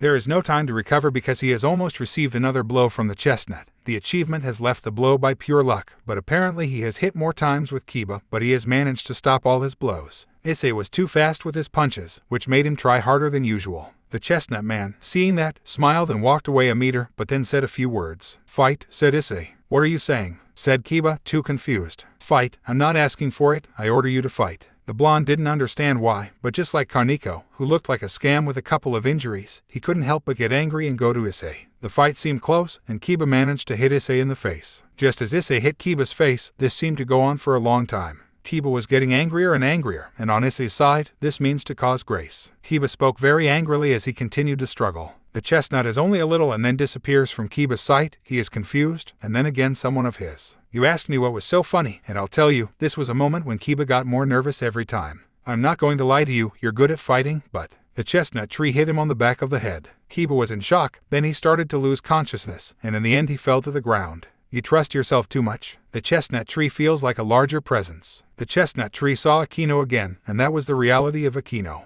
The chestnut tree saw Akino again and saw how he was a few meters from where he was. It was also seen as some rays appeared on the body of the hairline. You're a bastard, said the angry black hair. Haha, you do not know anything about me. Do you know about my past? It shouldn't have been a good thing, did it? You are correct. You should not do it just because of the things that happened to you in the past. You may be right, but as for my experience with demons, I have only one thing clear: they are the worst thing I can do to the world. Akino sent a small burst of lightning in the direction of the chestnut. This achievement was dodged by making the burst impact against one of the walls. Akino did not give up and sent more bursts, which Issei dodged with the exception of the last one that deflected it and impacted against one of the shelves, causing it to fall to the ground. People who were in shock didn't believe what was happening. Heck, humans, I didn't take them into account, Akino said in surprise, seeing the people who were watching. What a surprise, Issei said sarcastically. Akino looked at him again, and now she was willing to hit him, but she couldn't because she didn't want to alarm people. I'll take care of it, Akino, Ria said as she cast a spell on everyone they were watching, causing them to fall to the ground unconscious. Perfect, now if I can finish off this guy, Akino said with a smile. I see you trying, said Issei. Then Akino went to Issei and tried to hit him, but he only dodged the blows. Apparently he had no intention of hitting her. This seemed too curious about the black hair, so he stopped, waiting to see some movement from Issei, but he only looked at her in a serious way. What's wrong? You don't attack me, but if you attack a 14-year-old girl, the black-haired girl was trying not to explode with anger. Do you want me to hurt you? I asked the chestnut with a cold tone. Akino was too disgusted with the question asked by Issei, making him laugh. What's so funny? You are letting yourself be carried away by hatred and anger. Believe me, I know how it feels, and you know, in some cases it is effective, but in other cases like yours, it makes you more vulnerable. What do you mean?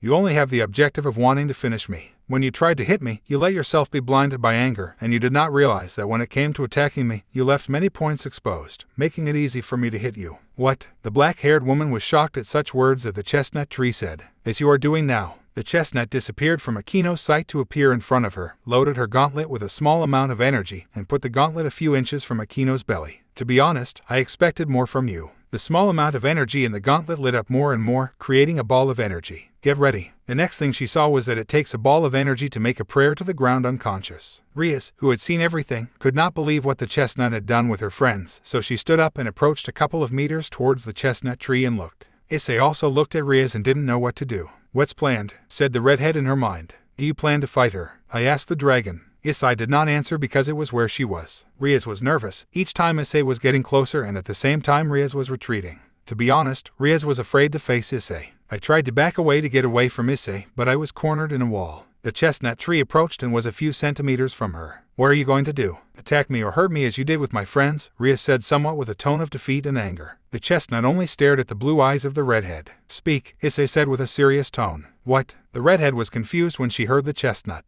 If you want to talk to me, take advantage now. You hurt my friends, you hurt us, and now you're telling me to talk? Are you crazy? Aha, I have to admit that it's not the best thing I could have done, said the chestnut with good humor. But as you know, he didn't trust the demons, so it was better for my best friend than the others, but he needed him not to do anything crazy. Although the chestnut saw how he had left it to the redhead's friends, I know he could have been a little gentler. You're crazy, you don't have the right to think badly of all of us because of others. You may be right, but I have my reasons for doing this. My parents killed and kidnapped 2 people who are very important in my life, so, as you expect them to come to the demons in a good way, they have done nothing. What do I most want to say? The redhead did not know what answers were, so Issei spoke again. In the end, I want to talk or not. You know, you better leave. I don't want to talk anymore, and I don't want to fight with you either. I just want to see if my friends are okay. Okay, the chestnut tree walked away and opened the doors of the supermarket.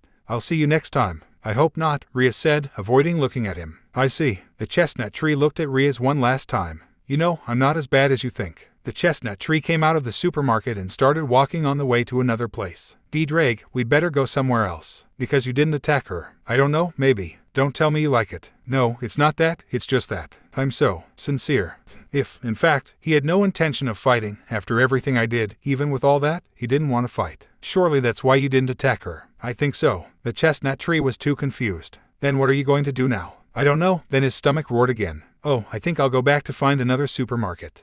Don't make fun. Okay, by the way, you don't think you went over with them. The chestnut tree remembered that fight he had with Kaneko, Kiba, and Akino and remembered the words they said. Do you think I'm someone bad? It's hard to say, partner. Lately you have an attitude that would make me say that if you were, but since I've known you for a long time, I know you're not. I see. Meanwhile, with Rias, Akino, Kaneko, and Kiba, 10:30 a.m. In all the time that had passed since the confrontation, Rias had brought all her friends to her house through a magic circle. She also had to say that it was about an hour or more, and then leave a new bag to buy the ingredients to be able to prepare dinner. Thank goodness she knew the city of Ku like the back of her hand. So he knew where another supermarket was, and after another hour, he came home with a couple of bags in his hands, and luckily for him, they were able to find his friends awake and seemed to look better. Hey guys, Rias said with a small smile, how did you go on? My neck hurts, said the blonde with a small smile as he rubbed the back of his neck. Damn, see, that boy is too strong, Akino said, too annoyed. At least it's over, Rias said as she left the bags full of food and took off her coat, showing a white short-sleeved shirt with a flower in the center. I'm fine. The attack wasn't as strong as I thought, Kaneko said as she recorded the chestnut warning. Well, at least I don't get any bigger, Rias said a little calmly. By the way, Rias the redhead turned to see the black hair who was talking to her. What happened to that boy? The redhead recorded the conversation with the chestnut. He just left. I'm not trying to hurt you, am I? No, he just decided to leave. I hope I don't have to meet that boy again, Akino said furiously. I agree with you, Akino, Kiba said. Rias didn't pay attention to her friends because she recorded the words of the chestnut tree. I'm not as bad as you think. Is what he said true? The redhead thought with many doubts in her head. With Issei, the chestnut tree walked happily through the streets. Why was he happy? Easy, he had been able to do his shopping and kept several bags, to be 5 bags in each of the bags where he had food for more than months and some personal hygiene products, also called the attention of people who passed by the chestnut. Drake was surprised by the number of bags Issei was carrying. What's wrong, Drake? The chestnut tree asked upon hearing the dragon's reaction. Aren't there any things you exaggerated with the purchases? I don't think so. Why do you say so? All I carry. The chestnut tree saw the bags in his arms. Isn't it normal? I have what I need. Food, soap, shampoo, what more? He said while looking at the bags. What am I going to do with you? You'll have to get used to it. Because he is talking to Drake, he is not fixed where he walks and tripping over a girl, causing her to fall to the ground. Oops, I'm sorry, I didn't notice, Issei said as he looked at the girl, worried. The girl was pretty, had long blonde hair with split bangs, green eyes, and wore a dark blue nun's dress. Don't worry, I'm fine, said the girl with a smile. Sometimes I don't notice where I'm going, I'm a little clumsy. Come on, let me help you. Put the chestnut of the bags on the floor and help the girl stand up. What's your name? I asked the chestnut tree. My name is Asia Argento, but tell me Asia. Okay, Asia, said the chestnut tree with a smile. And you? Me what? What's your name? The blonde asked. Oh, haha, my name is Hayato Issei. Much pleasure, Issei, he said, stretching out his hand. I say the same, Asia. The narrow chestnut goes hand in hand with Asia. Asia looked at the bags Issei had left on the floor. Are all those things yours? Well, yes. The chestnut saw the bags. Do you think I bought a lot? Well, maybe a little, the blonde said with a smile. You may be right. The dragon said it too angrily. Let's get started, said the chestnut. I will take revenge, and you know it. Yes, if what you say. The chestnut stopped paying attention to the dragon and returned to Asia. Where are you going? Oh, I was on my way to church, but I don't know where it is. I'm new to the city. I see. Well, I think I know where a church can be. If you want, I can take you. I'd love to, Asia said with a big smile. Well, the chestnut took the bags from the ground and carried them in his arms. Let's go. It is okay. Both boys were walking for about half an hour, and to kill time, they decided to talk for a while. Where are you from? Asks Issei. From Italy. That's great. Yes. Who do you live with? I live alone. And what happened to your parents? They abandoned me. They left me at the doors of a church where the nuns and priests raised me. I see. It must be strange to grow up without parents. Yes, but well, the church is not so bad. I spent part of my childhood and adolescence there, and I can say that I have lived happily. That's good. Then the chestnut man saw a smile on Asia's face. So, since you grew up in churches, are you devoted to God? Yes. Interesting. Well, all these years I was raised that way, so that's why I believe in him. I see. And you, do you live with anyone? No, I live alone. And your parents? Well, they were killed. I was 8 years old when that happened. For God's sake, the blonde was surprised. And what did you do? Issei sighed before seeing Asia again. Escape, said the chestnut with a nostalgic smile. In these 8 years, several things happened, and well, I'm currently here. I'm very sorry about your parents. Don't worry, they must be in a better place now. He said it with a smile as he looked at the blue sky and then saw the way again. Oh, look, the chestnut pointed forward. Asia looked and noticed that they were already arriving at the church. We're getting there, Asia said, smiling at Issei. Yes, said the chestnut man, returning his smile. After a few minutes, they both arrived at the entrance and looked at each other once more. Well, thank you for bringing me, Issei. It's nothing, anything to help someone. Will we see each other again? The blonde asked, hoping she would say yes. Let's hope. So if you see a boy on the street with many bags full of food, that's me, said the chestnut with a big smile. Jijiji agreed. The blonde gave him a warm smile. Well, see you, Asia. See you, Issei. The chestnut tree said goodbye and went home. I liked it, said the chestnut tree in his mind. The chestnut tree took about 45 minutes to get home, took out the keys, opened the door, and entered the house. What a day, he said, closing the door with his foot. At least I already have food, he said as he went to the kitchen and began to leave the bags on top of the dining room. The dragon did not respond, leaving the chestnut tree talking to itself. You're still annoyed about the bags, get over it. The chestnut tree was going to take some things out of one of the bags, but he stopped because he started to feel a small headache. The chestnut tree sat on one of the chairs in the dining room. I told you I would take revenge, Ddraig said, appearing in the chestnut's hand, obviously like a gem. I hate you. Ha ha ha, how funny, Issei said with a sarcastic tone. You may not like it, but I do, said the dragon as he mocked. Damn dragon, if you will allow me, I will save all those things so I can have breakfast. Have fun, said the dragon, and then left the chestnut tree alone again. PFF, damn lizard. Casa de Riaz, 11:30 p.m. After a long day, Riaz was able to prepare dinner with the help of Aquino, while Kiba and Kaneko organized the table. Then they left for their rooms. Then Riaz's parents and brother arrived. Riaz received it in a good way, and after a while they had dinner and chatted. It was nothing to write home about, only things from their lives, but Riaz tried not to talk about what happened today. After an hour, they had already left without first telling Riaz something that she would not like. Then they left, and Riaz sat on one of the sofas and began to cry. Her friends went to see her and were worried to see her in that state. What happened, Riaz? Asked Aquino. Sometimes they wish they would listen to me once in their lives. The redhead hugged the palangra. Monday 7 a.m. The alarm began to sound as usual, and once again, the alarm woke up the chestnut tree who was sleeping face down, and when he woke up, he did not seem to be in a good mood. He had a couple of dark circles, and his hair was a mess. I swear that one of these days I will take a hammer and destroy that damn alarm, said the chestnut tree as he extended his hand to turn off the alarm.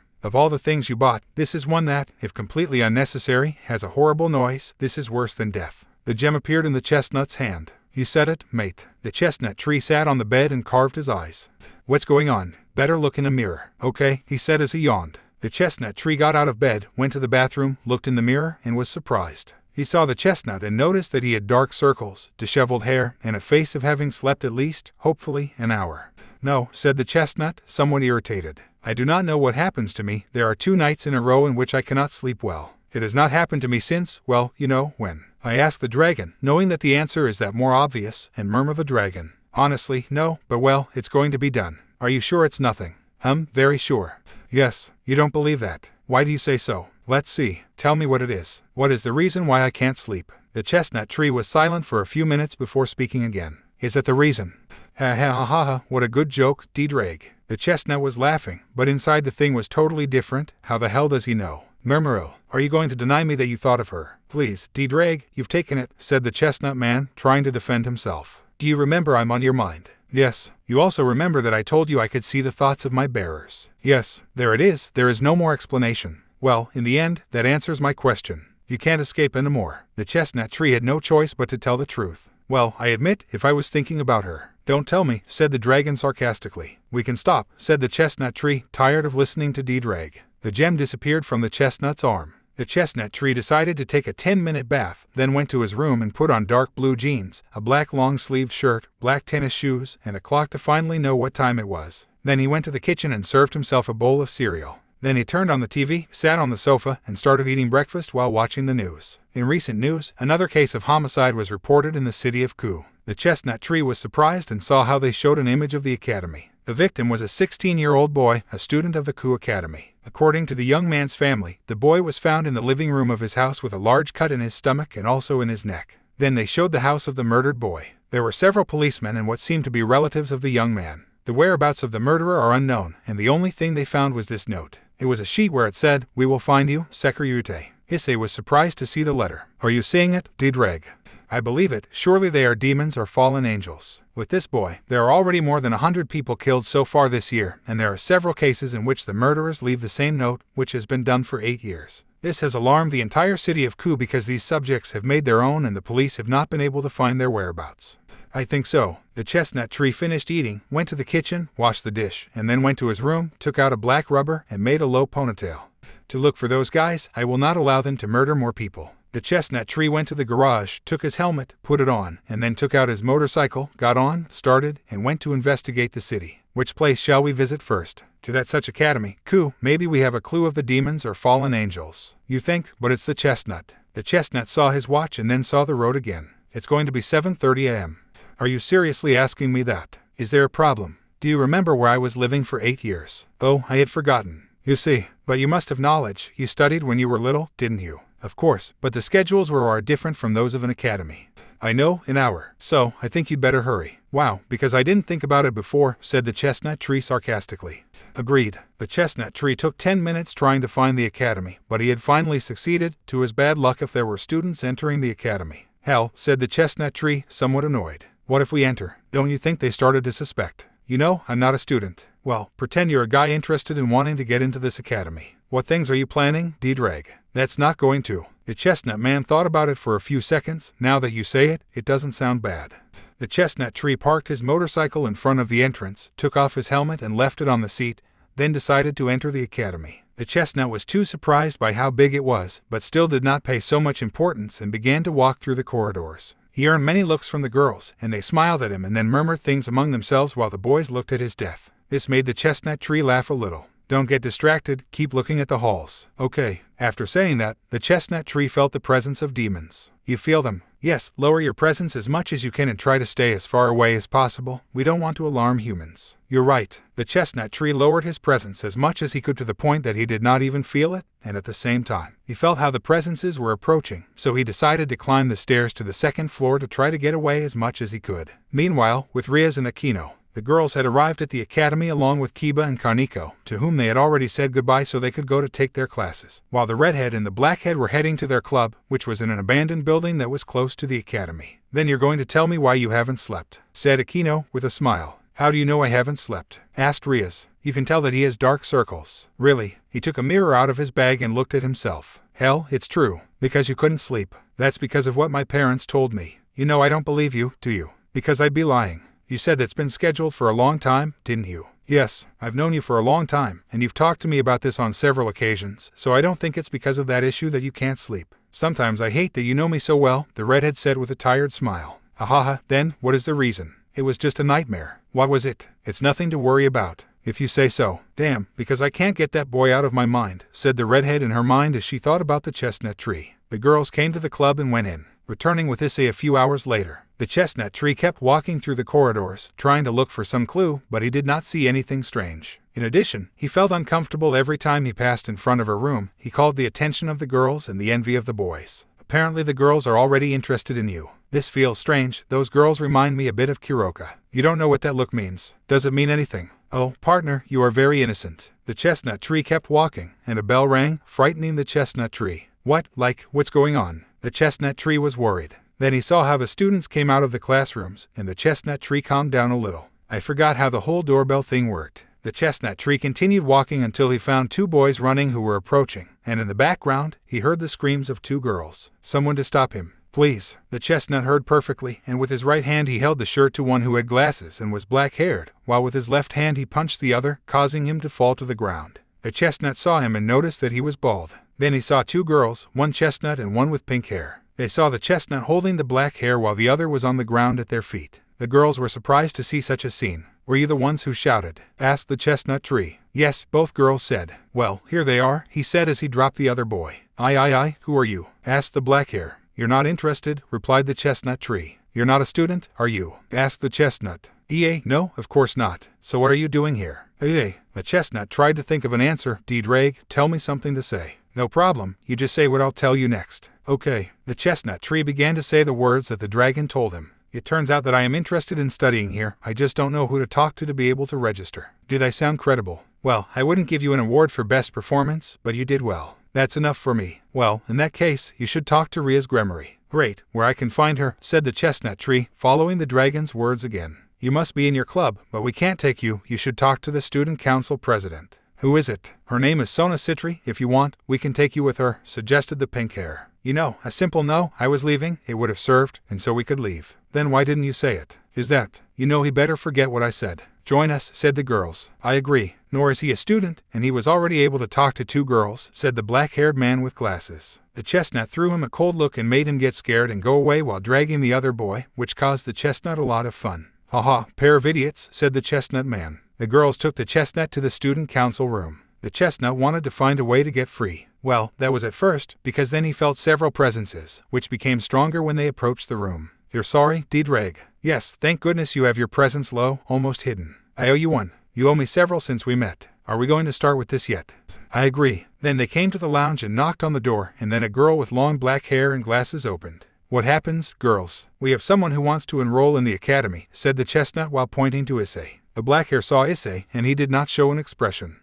Okay, let me fix some issues, and I'll tell Sona about this. I agree. The black hair closed the door, and the girls saw Issei. Well, our work is resolved. Thanks for helping us with that pair of perverts, said the chestnut. See you, said the pink-haired. Goodbye, said the chestnut tree with a smile. The girls blushed at the sight of the charming smile of the chestnut tree and left. The chestnut tree stayed in front of the room, then decided to recharge on a wall. What mess did I just get into? Thought the chestnut.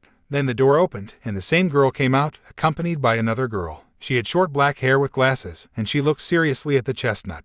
It's him, said the long-haired black hair. Name, said the black-haired man with short hair to the brown. Hayato Issei. Well, Hayato, I'll take you to Ria's Gremory to sign you up. Okay, said the chestnut tree dryly. I know that name, Ria's, said the chestnut tree in his mind as he tried to find where. It's pretty, because I feel that something doesn't add up. You believe. The girl took the chestnut tree through the corridors on the way to where Ria's was. The chestnut tree had many suspicions but still did not ask anything about it. So, you're Sona Citri, aren't you? As you know, two girls told me about you. I see. Did you expect another totally different person? I honestly do not pay much attention. I am not someone who looks at the appearance of others. I think it's good. Sona turned to see the chestnut tree and saw the scar on his eye. And that scar, just an accident. Sona only looked forward again. There was a great awkward silence. The chestnut walked behind the black hair and looked at her very suspiciously. Well, what year are you going? Excuse me, what did you say? I said, what year are you going for? Second year, said the chestnut tree as he once again followed the chestnut tree's words. Agree, and how old are you? 16 years. In a few months, I will be 17. Then there was another silence until they finally reached where Ria's Gremory was. The chestnut felt 4 presences that he knew very well. Why will these presences become so familiar to me? I hope it's not what I think it is. Ria's, Akino, Kiba, and Kaneko. The 4 were in the club as was customary for them. They were sitting on the sofas, Ria's and Akino in one, Kiba in another, and Kaneko in another. The 4 were chatting about how the day had gone, something not so interesting. But in spite of everything, the redhead was still a little distracted thinking about the chestnut.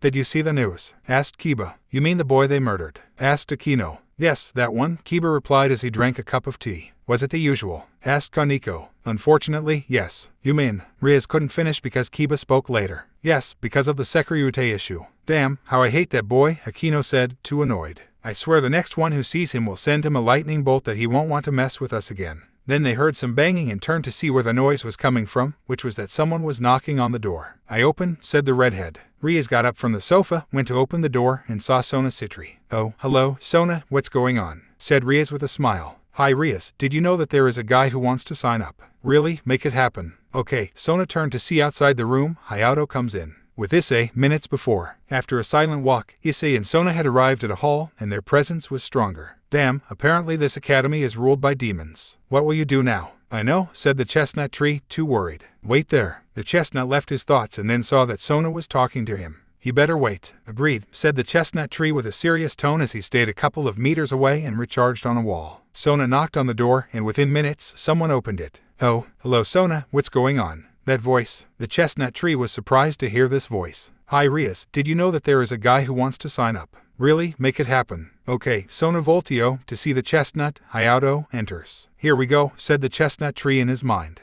The chestnut tree entered the room, and both he and those who were there were in shock. You, said Issei and Rias to each other at the same time. You're, they told him Akino, Kiba, and Kaneko. You, said the chestnut tree while seeing them. Do you know each other? Sona, you could go, it's just an acquaintance, nothing more. Okay, Sona said before leaving the room and closing the door. It can't be. The chestnut tree was in shock. What are you doing here? Asked Rias, still surprised by what was happening. The chestnut did not know what to say. Be honest, are you here to sign up? The redhead asked. The chestnut only sighed and saw the redhead's eyes. No, that's not why I came, said the chestnut tree, a little calmer. Then why are you here? He asked again. Are you going to attack us again? The chestnut and the redhead turned to see Akino, who was standing up from his seat, and saw the chestnut too upset. That's not why I came, said the chestnut, this time somewhat with a cold attitude, then turned to see Rias. Calm your friend if you don't want anything bad to happen. Rias saw how the chestnut and the black hair were looking at each other with hatred, so Rias went to Akino. Akino, calm down. As you want me to calm down Rias, because of him, many people have died. Besides, he does not seem to be on our side. I know Akino, I know what happened, but we cannot make things worse. He is very strong and remembers what happened last time. Akino saw the chestnut tree and then saw Rias. It's fine, but if I see that it's crazy, I don't answer, said the black-haired woman as she sat back down without taking her eyes off the chestnut tree. Rias returned to where Issei was, and both looked at each other. There was a somewhat awkward silence, which lasted a few minutes until Issei spoke. Can we talk in private? The chestnut asked, a little calmer. Rias looked at the chestnut tree and then saw her friends. They moved their heads from side to side, making the redhead understand that she said no.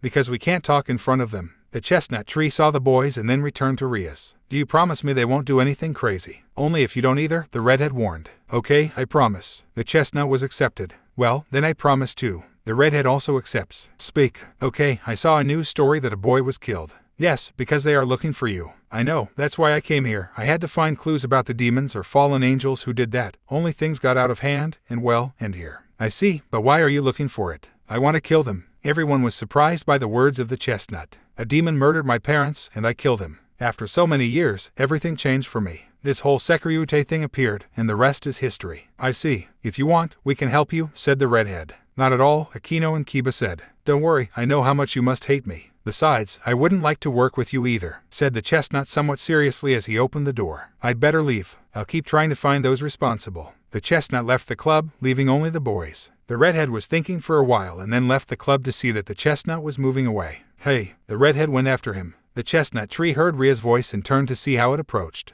I wanted to tell you something, said the redhead. What? Can I help you? Asked the redhead. What? The chestnut tree was shocked. What if I can help you? I told you I wasn't interested in working with you. But I'm not speaking for them, I'm speaking for myself. I don't understand, said the chestnut tree. I do want to help you. Whatever you want in return, the answer is no. Okay, I don't want anything in return, I just want to help you. Why interest? Do you want me to be honest with you? Do I want to? He said to himself, then thought about it for a few minutes. Okay, well, it turns out. The redhead blushes just thinking about him. I was thinking about you these days.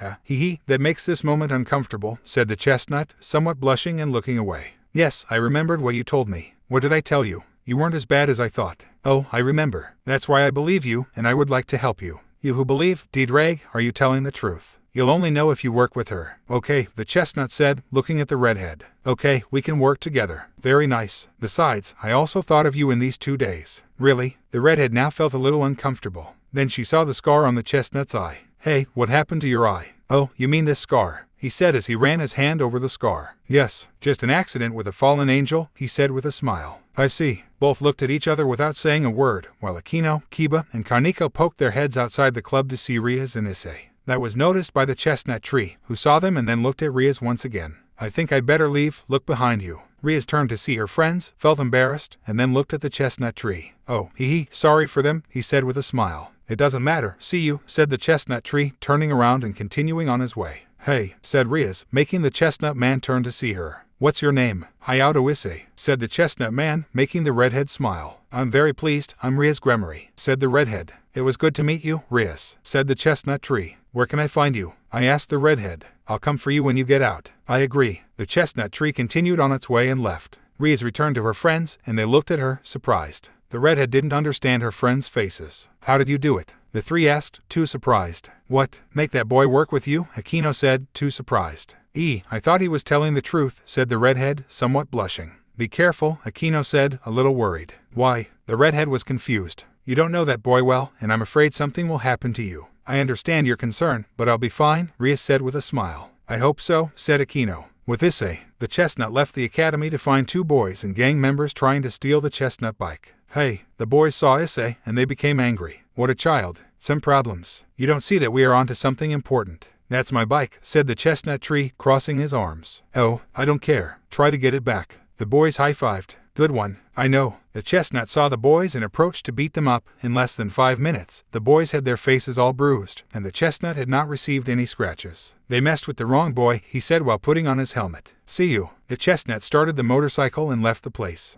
Our beloved protagonist was touring the city on his motorcycle. He was remembering the conversation he had had with Rias and couldn't help but smile. It had been a while since I saw you in a good mood. Yes, that girl must drive you crazy. What do you say, D-Drag? Let's talk man to man. You mean man to dragon sealed. Don't ruin it, said the dragon, a little annoyed. Ahaha, well, what do you want to talk about? You like that girl, don't you? What? The chestnut break dry really, what things do you think about friend? A little, you're going to deny it. It's serious, I don't like it. Of course, said the dragon sarcastically. I tell you no, besides, there is only one person I like, and his name is Kuruka. He started the motorcycle again and drove again.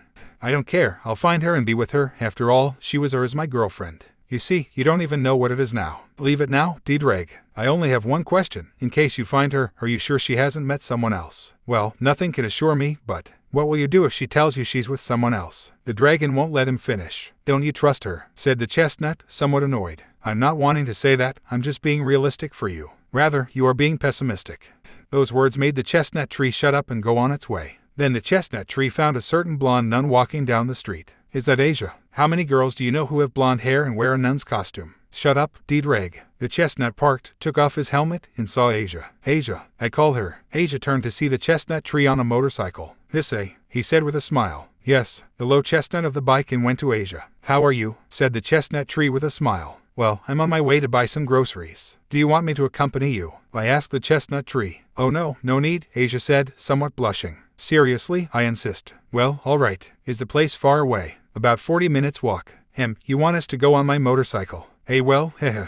The blonde was embarrassed. Okay. The chestnut and blonde got on the bike, Issei stepped forward, and Asia was behind him. Put on your helmet, Issei said as he passed the helmet to Asia. It's for protection. What about you? I have already driven a couple of times in this way. By the way, hold on as hard as you can, or else you can fall. Okay, he said as he put on his helmet. The blonde hugged the chestnut and was too red. She was grateful to have the helmet on. Then the chestnut took Asia to the supermarket. The trip was short. In less than 10 minutes they had arrived. Then they got off the bike, Asia took off her helmet, and the chestnut helped her with the shopping. It was fun for both of us. They played with the products, made jokes, and even Issei hid and Asia went looking for him, and at the least unexpected moment, Issei scared her. You're bad, said the blonde, her heart racing. I think so, said the chestnut in a mocking tone. After that, the shopping was done, and the chestnut tree carried 4 bags, 2 in each hand, and Asia did not carry one because the chestnut tree did not allow it. Issei, it is not necessary, I can take them. No, I decided to help you, and that's what I will do, said the chestnut tree with a smile. But, let me help you, he said as he arranged the bags, put them on his shoulders, and carried them as if they were a purse. Then both got on the motorcycle. The chestnut tree then saw his watch, and it was more than 1 in the afternoon. Hey Asia, what's going on, Issei? Do you want me to invite you to lunch? What do you say, Issei? Said the blonde, somewhat embarrassed. Well, it's a more scary day, and I thought we could go to eat. Well, if it doesn't bother you. Of course it doesn't bother me, you know, it's fun to spend time with you, said the chestnut tree as he started so they could leave. By the way, when he said that, the blonde was as red as a tomato. By the way, what would you like to eat? How about a pizza? Asked the blonde somewhat shyly. That's fine with me. After a few minutes, they had gone to a pizzeria. Both got off the bike. The chestnut man carried the bags in his hands, and both entered the pizzeria. It was not so full, there were a few tables occupied. Then Issei and Asia sat in one. The chestnut tree left the bags next to him, and then a waiter came and served them. Much pleasure, they fancy. I would like a pizza, 4 cheeses, and a lemonade, Asia said. I am the same. Okay, in minutes, we'll bring your orders, said the waiter. Thank you, said the chestnut tree and the blonde at the same time. Said and done. Within minutes they had brought the orders of both young men, then, bluntly, both began to eat while they decided to chat a little. By the way, Asia, where are you staying? Oh, I'm staying with a friend, she said with a smile. I thought you would stay in church. Aha, no, just that I have to meet her, she said with a laugh. Although somewhat strange, it seemed as if she was worried, but the chestnut did not take so much importance. I see, said the chestnut tree, and then he took another bite. After about 20 minutes of talking, they both finished eating, paid, took their things, and were going to get on the motorcycle once again, but then they saw a crying child a couple of meters away from them, so they went to where the child was. Hey kid, you're fine, said the chestnut. I fell off my bike and scraped my knee, said the boy, a little sore. The chestnut and the blonde saw the boy's knee, and he had a small wound. Let me help you, Asia said as she put her hands on the boy's knee, then a green glow appeared in her hands. The chestnut tree was too surprised by what he was seeing. The child's wound was healing. Who would say owns Twilight Healing? The chestnut man did not understand well what D-Drag said. Twilight Healing, it's a sacred gear. Something like the boosted gear. I asked the chestnut. You could say yes. Wow, the chestnut tree was surprised. Then the wound of the healthy child completely healed, and he stood up. Wow, it seems that he has not done anything to me. Thanks, miss. It's nothing, Asia said with a smile. The boy took his bike and left. The chestnut tree was still surprised. Just whoa. Oh, I'm sorry I didn't tell you about my ability, said the blonde with a tender laugh. It doesn't matter, it's amazing. Well, thank you. Shall I take you to your house? I agree. They both went on the bike and climbed in. You tell me where the address is, said the chestnut tree. Okay, said the blonde as she clung to the chestnut tree carefully and once again thanked her for having her helmet on because she blushed again. And so it was. Asia showed the way to the chestnut, and in less than 20 minutes they arrived at the house where Asia was staying. The chestnut tree felt a presence around but instantly disappeared, which kept him quite alarmed, although he knew how to hide it very well since Asia did not realize the attitude of the chestnut.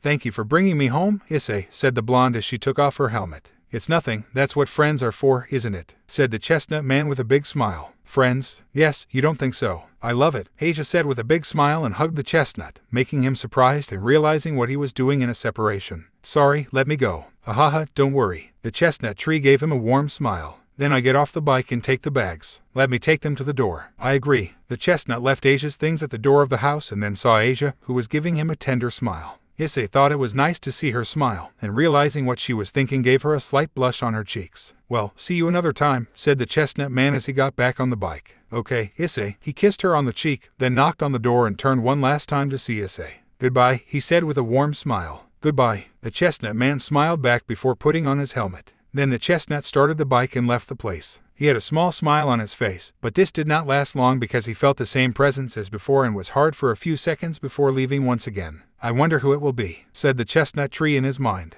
Then he looked at his watch to see that it was 2:15 p.m. It's still early, he said to himself. What will you do while waiting for that red-haired girl? I don't know, I was going to investigate the city by myself, but since she is going to help me, now that I don't know what to do, I'm probably going to take a walk around the city. I would buy a helmet, because, one for you and one for the redhead. I could give him mine, and I could go without a helmet. Oh, what I'll do with you. To academy, a few hours later. Already the afternoon had set, and all the students were already leaving the academy to be able to go home, including Riaz, Akino, Kiba, and Kaneko. The redhead was a little distracted, thinking about this morning's conversation with the chestnut.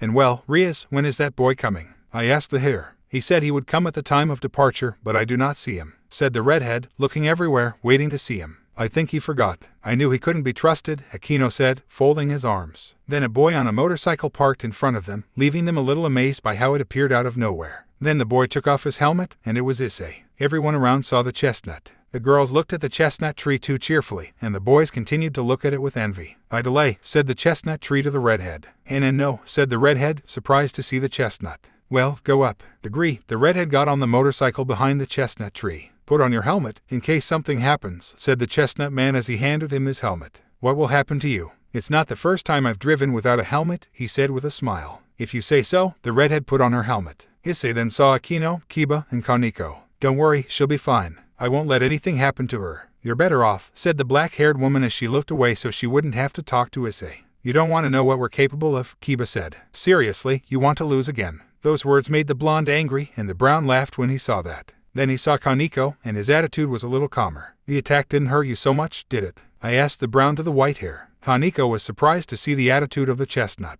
And no, I'm fine, Kaneko said somewhat nervously. I see. Sorry if I cause you great harm, said the chestnut tree with a small smile. The white hair was too shocked. If Kaneko was shocked to hear that, Akino and Kiba were open-mouthed. They didn't believe what they had heard, and at the same time, they were a little upset that Issei didn't apologize to them. The chestnut tree saw the way. Where do we go first? First, let's investigate the abandoned houses. There are always wandering demons. Vagabond demons. When we arrive, I will explain. Okay, by the way, hold as hard as you can, so you don't fall. It is okay. The redhead put her hands on Issei's shoulders. Then the chestnut started the motorcycle, and both left the academy and started touring the city of Ku. The road was quite strange for both. They tried to say something to each other, but they did not know what to talk about. After a few minutes, they arrived at their first destination, an abandoned house that had broken glass, slightly cracked walls, and no door. We arrived, said the redhead. Heck, I'd say it's worse than my old house. I believe it, said the dragon, appearing as a gem in the chestnut's left hand. The redhead was scared. What's wrong? The chestnut tree was confused. Who is it? Riz, my partner, D-Drag, she's Riz Gremory. Much pleasure, said the redhead, a little calmer. I say the same, my companion couldn't stop thinking about you, you know how tiring it was to endure it. Shut up, DDRAIG, said the chestnut, too annoyed. The redhead had a slight blush on her cheeks upon hearing the words of the sealed dragon. After several minutes of discussion between the chestnut and the dragon, in the end things calmed down and the dragon left them. The chestnut man gave a sigh and saw Riz. I'm sorry you saw all this madness. No problem, the redhead said with a small smile. Better, let's go in to investigate, don't you think? Of course. Both entered the abandoned house and saw various things, paintings torn to pieces, furniture destroyed, blood on the walls, and a couple of corpses. Both were too shocked to see the place, so they decided to go together. By the way, what is a renegade demon? Oh, I was going to explain that to you. Then, the chestnut tree was waiting for the explanation. They are demons who rebel against their master. Master. Yes, little did you know about that. Well, D-Drag explained some things to me. He is talking about the existence of demons, fallen angels, and dragons, and I think I am also talking about yokais. I'm talking about the basics. Also, demons and angels can reincarnate people and convert them to our race. Exactly how? Well, we demons use something called the evil piece. Evil piece? Yes, look. The redhead took out some chess pieces from her bag. You must be kidding me, said the chestnut tree while watching the evil pieces. They are chess pieces. They seem, but with these evil pieces, we turn anyone into a demon. How strange is the world, in short, returning to the thing of wandering demons. Of course, we have to sacrifice these demons before they get out of control. How crazy. After a few minutes, they continued investigating, and then the chestnut tree spoke once again. Do you know why they are looking for me? To be honest, not very well, according to what my brother tells me, because the Sekyute is someone very powerful and dangerous at the same time. Some want to end him and others want the Sekyute to be on his side. What madness. I know, but hey, now that you're with me, you can see that not all demons are bad, right? The chestnut looked at the redhead with a raised eyebrow. You are only one in a million. I would have to see more demons like you. The only ones I have seen have only made my life more unbearable. That explains your attitude, doesn't it? That's right. Then there was an awkward silence until they felt the presence of two demons. Do you feel them? Asked the redhead. Yes, they are a few meters away, said the chestnut tree. There is one hidden here and another on the second floor. I'm going up. I'll try to finish quickly with the other to help you. I agree. The chestnut tree went up the stairs and saw through a window how the sun began to hide, but then he saw the floor and saw some destroyed furniture and more blood on the floor and walls. The chestnut tree approached one of the blood stains, bent down, and with his fingers touched the stain. Luckily, the blood was dry. Then he heard a laugh and then felt a few footsteps behind him. Who is there? The chestnut tree turned around and there was no one. Then he felt a few steps behind him and turned around again to see that there was nothing. How strange. Then he felt a few steps again, but this time he did nothing. He stayed still. I have you. A somewhat psychopathic voice sounded, and he had a knife. He was going to stab the chestnut tree in the back. Issei felt the presence and knew the intentions of this, then smiled, turned around quickly, and took the demon from the wrist. The chestnut could see the knife, and then saw the face of the demon, which had a decrepit appearance, had a large beard, long gray hair, a dirty face, and clothes that looked like rags. Pathetic, said the chestnut tree. How is it possible that you have known my intentions? It's a very old trick. It doesn't matter, you will still die, he said with a psychopathic smile. You could tell that he was missing a tooth in addition to having yellow ones. Fuck, how disgusting, he said in his mind. Don't even say it, said D-Drag. Then the chestnut released the demon to kick him in the stomach. He retreated a couple of meters and fell to the ground, but instantly stood up and went to where Issei was. He then tried to hit the chestnut, but he dodged them too easily. In one of those attempts to use the knife to pierce his stomach, the chestnut managed to move too fast and managed to get behind him. The demon was surprised, then turned around to see the chestnut laughing.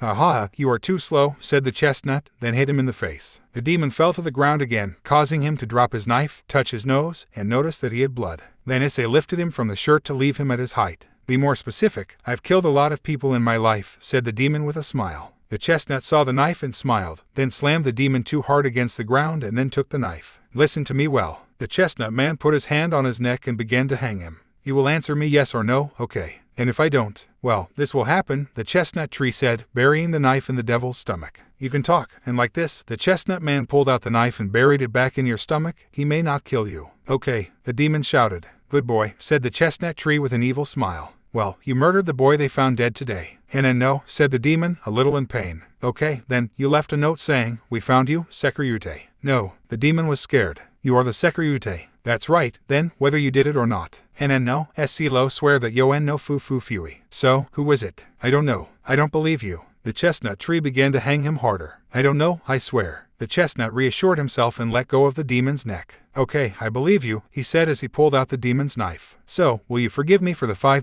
to 6 life?" "I never said that," said the chestnut man as he looked at the knife spewing the demon's blood. "But say, he said that if he spoke, he would not kill me," said the demon, too worried. "I said I may not kill you. I mean, it's a possibility," the chestnut man said, bringing the knife to the demon's throat. "And to tell you the truth, I want to kill you," he said with a macabre smile. With Rias, the redhead had finished with the demon and ended her life. Now she was waiting for the chestnut. She also heard some screams that then fell silent. There was an uncomfortable silence. Then she felt a few footsteps. The redhead turned to see and saw Issei with a knife full of blood. "Finish off the wandering devil," said the chestnut tree calmly. I don't want to know how you did it," said the redhead, a little surprised. "As you wish." The chestnut threw the knife at one of the walls of the house. "Are we leaving?" Of course. Both boys left the abandoned house and noticed that the sun was already setting, but they did not give it much importance and got on the motorcycle. The redhead put on her helmet and put her hands on the shoulders of the chestnut tree. "You tell me the address of your house. You know, I could make a magic circle and appear in front of my house. So, because you don't. Because it was fun to be with you." Saying those words, Issei blushed and said nothing, then decided to continue driving.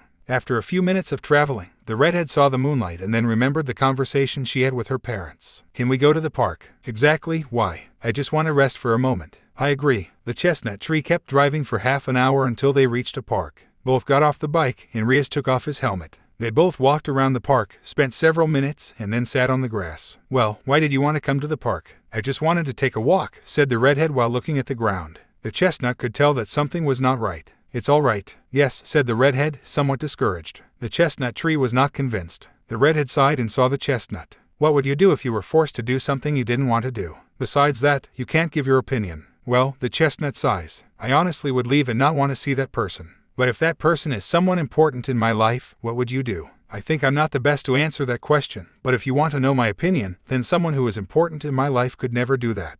The chestnut of a few seconds analyzed the situation. "Who was it?" "My parents." "What did they force you to do?" "I would prefer not to talk about it. It makes me very angry just thinking about it." "Okay, but it's too bad. They basically want to manage my future." In that case, I would not know what to tell you. Sometimes parents want the best for their children, but controlling their lives, I do not think so." "That's exactly what I told them, but they didn't decide to listen to me." "Well, you know what I would tell them." "What?" "Tell them that it is your life and that you will do what you want with it." "I wish it were so easy. Everything is already done." "Hell, yes. I wish I met them and could talk to them." The redhead saw him with a raised eyebrow. "Bone told him that you do not want to do what they want you to do. Do not think it is for something else." "Ha, I understand you." The redhead gave her a tender smile. Both looked at each other tenderly, and Rias spoke again. "You know, I like you." "Seriously?" "Yes, there is very little that we have known about each other, but I do not know. It is something totally pleasant." "Yes, I think I feel the same way."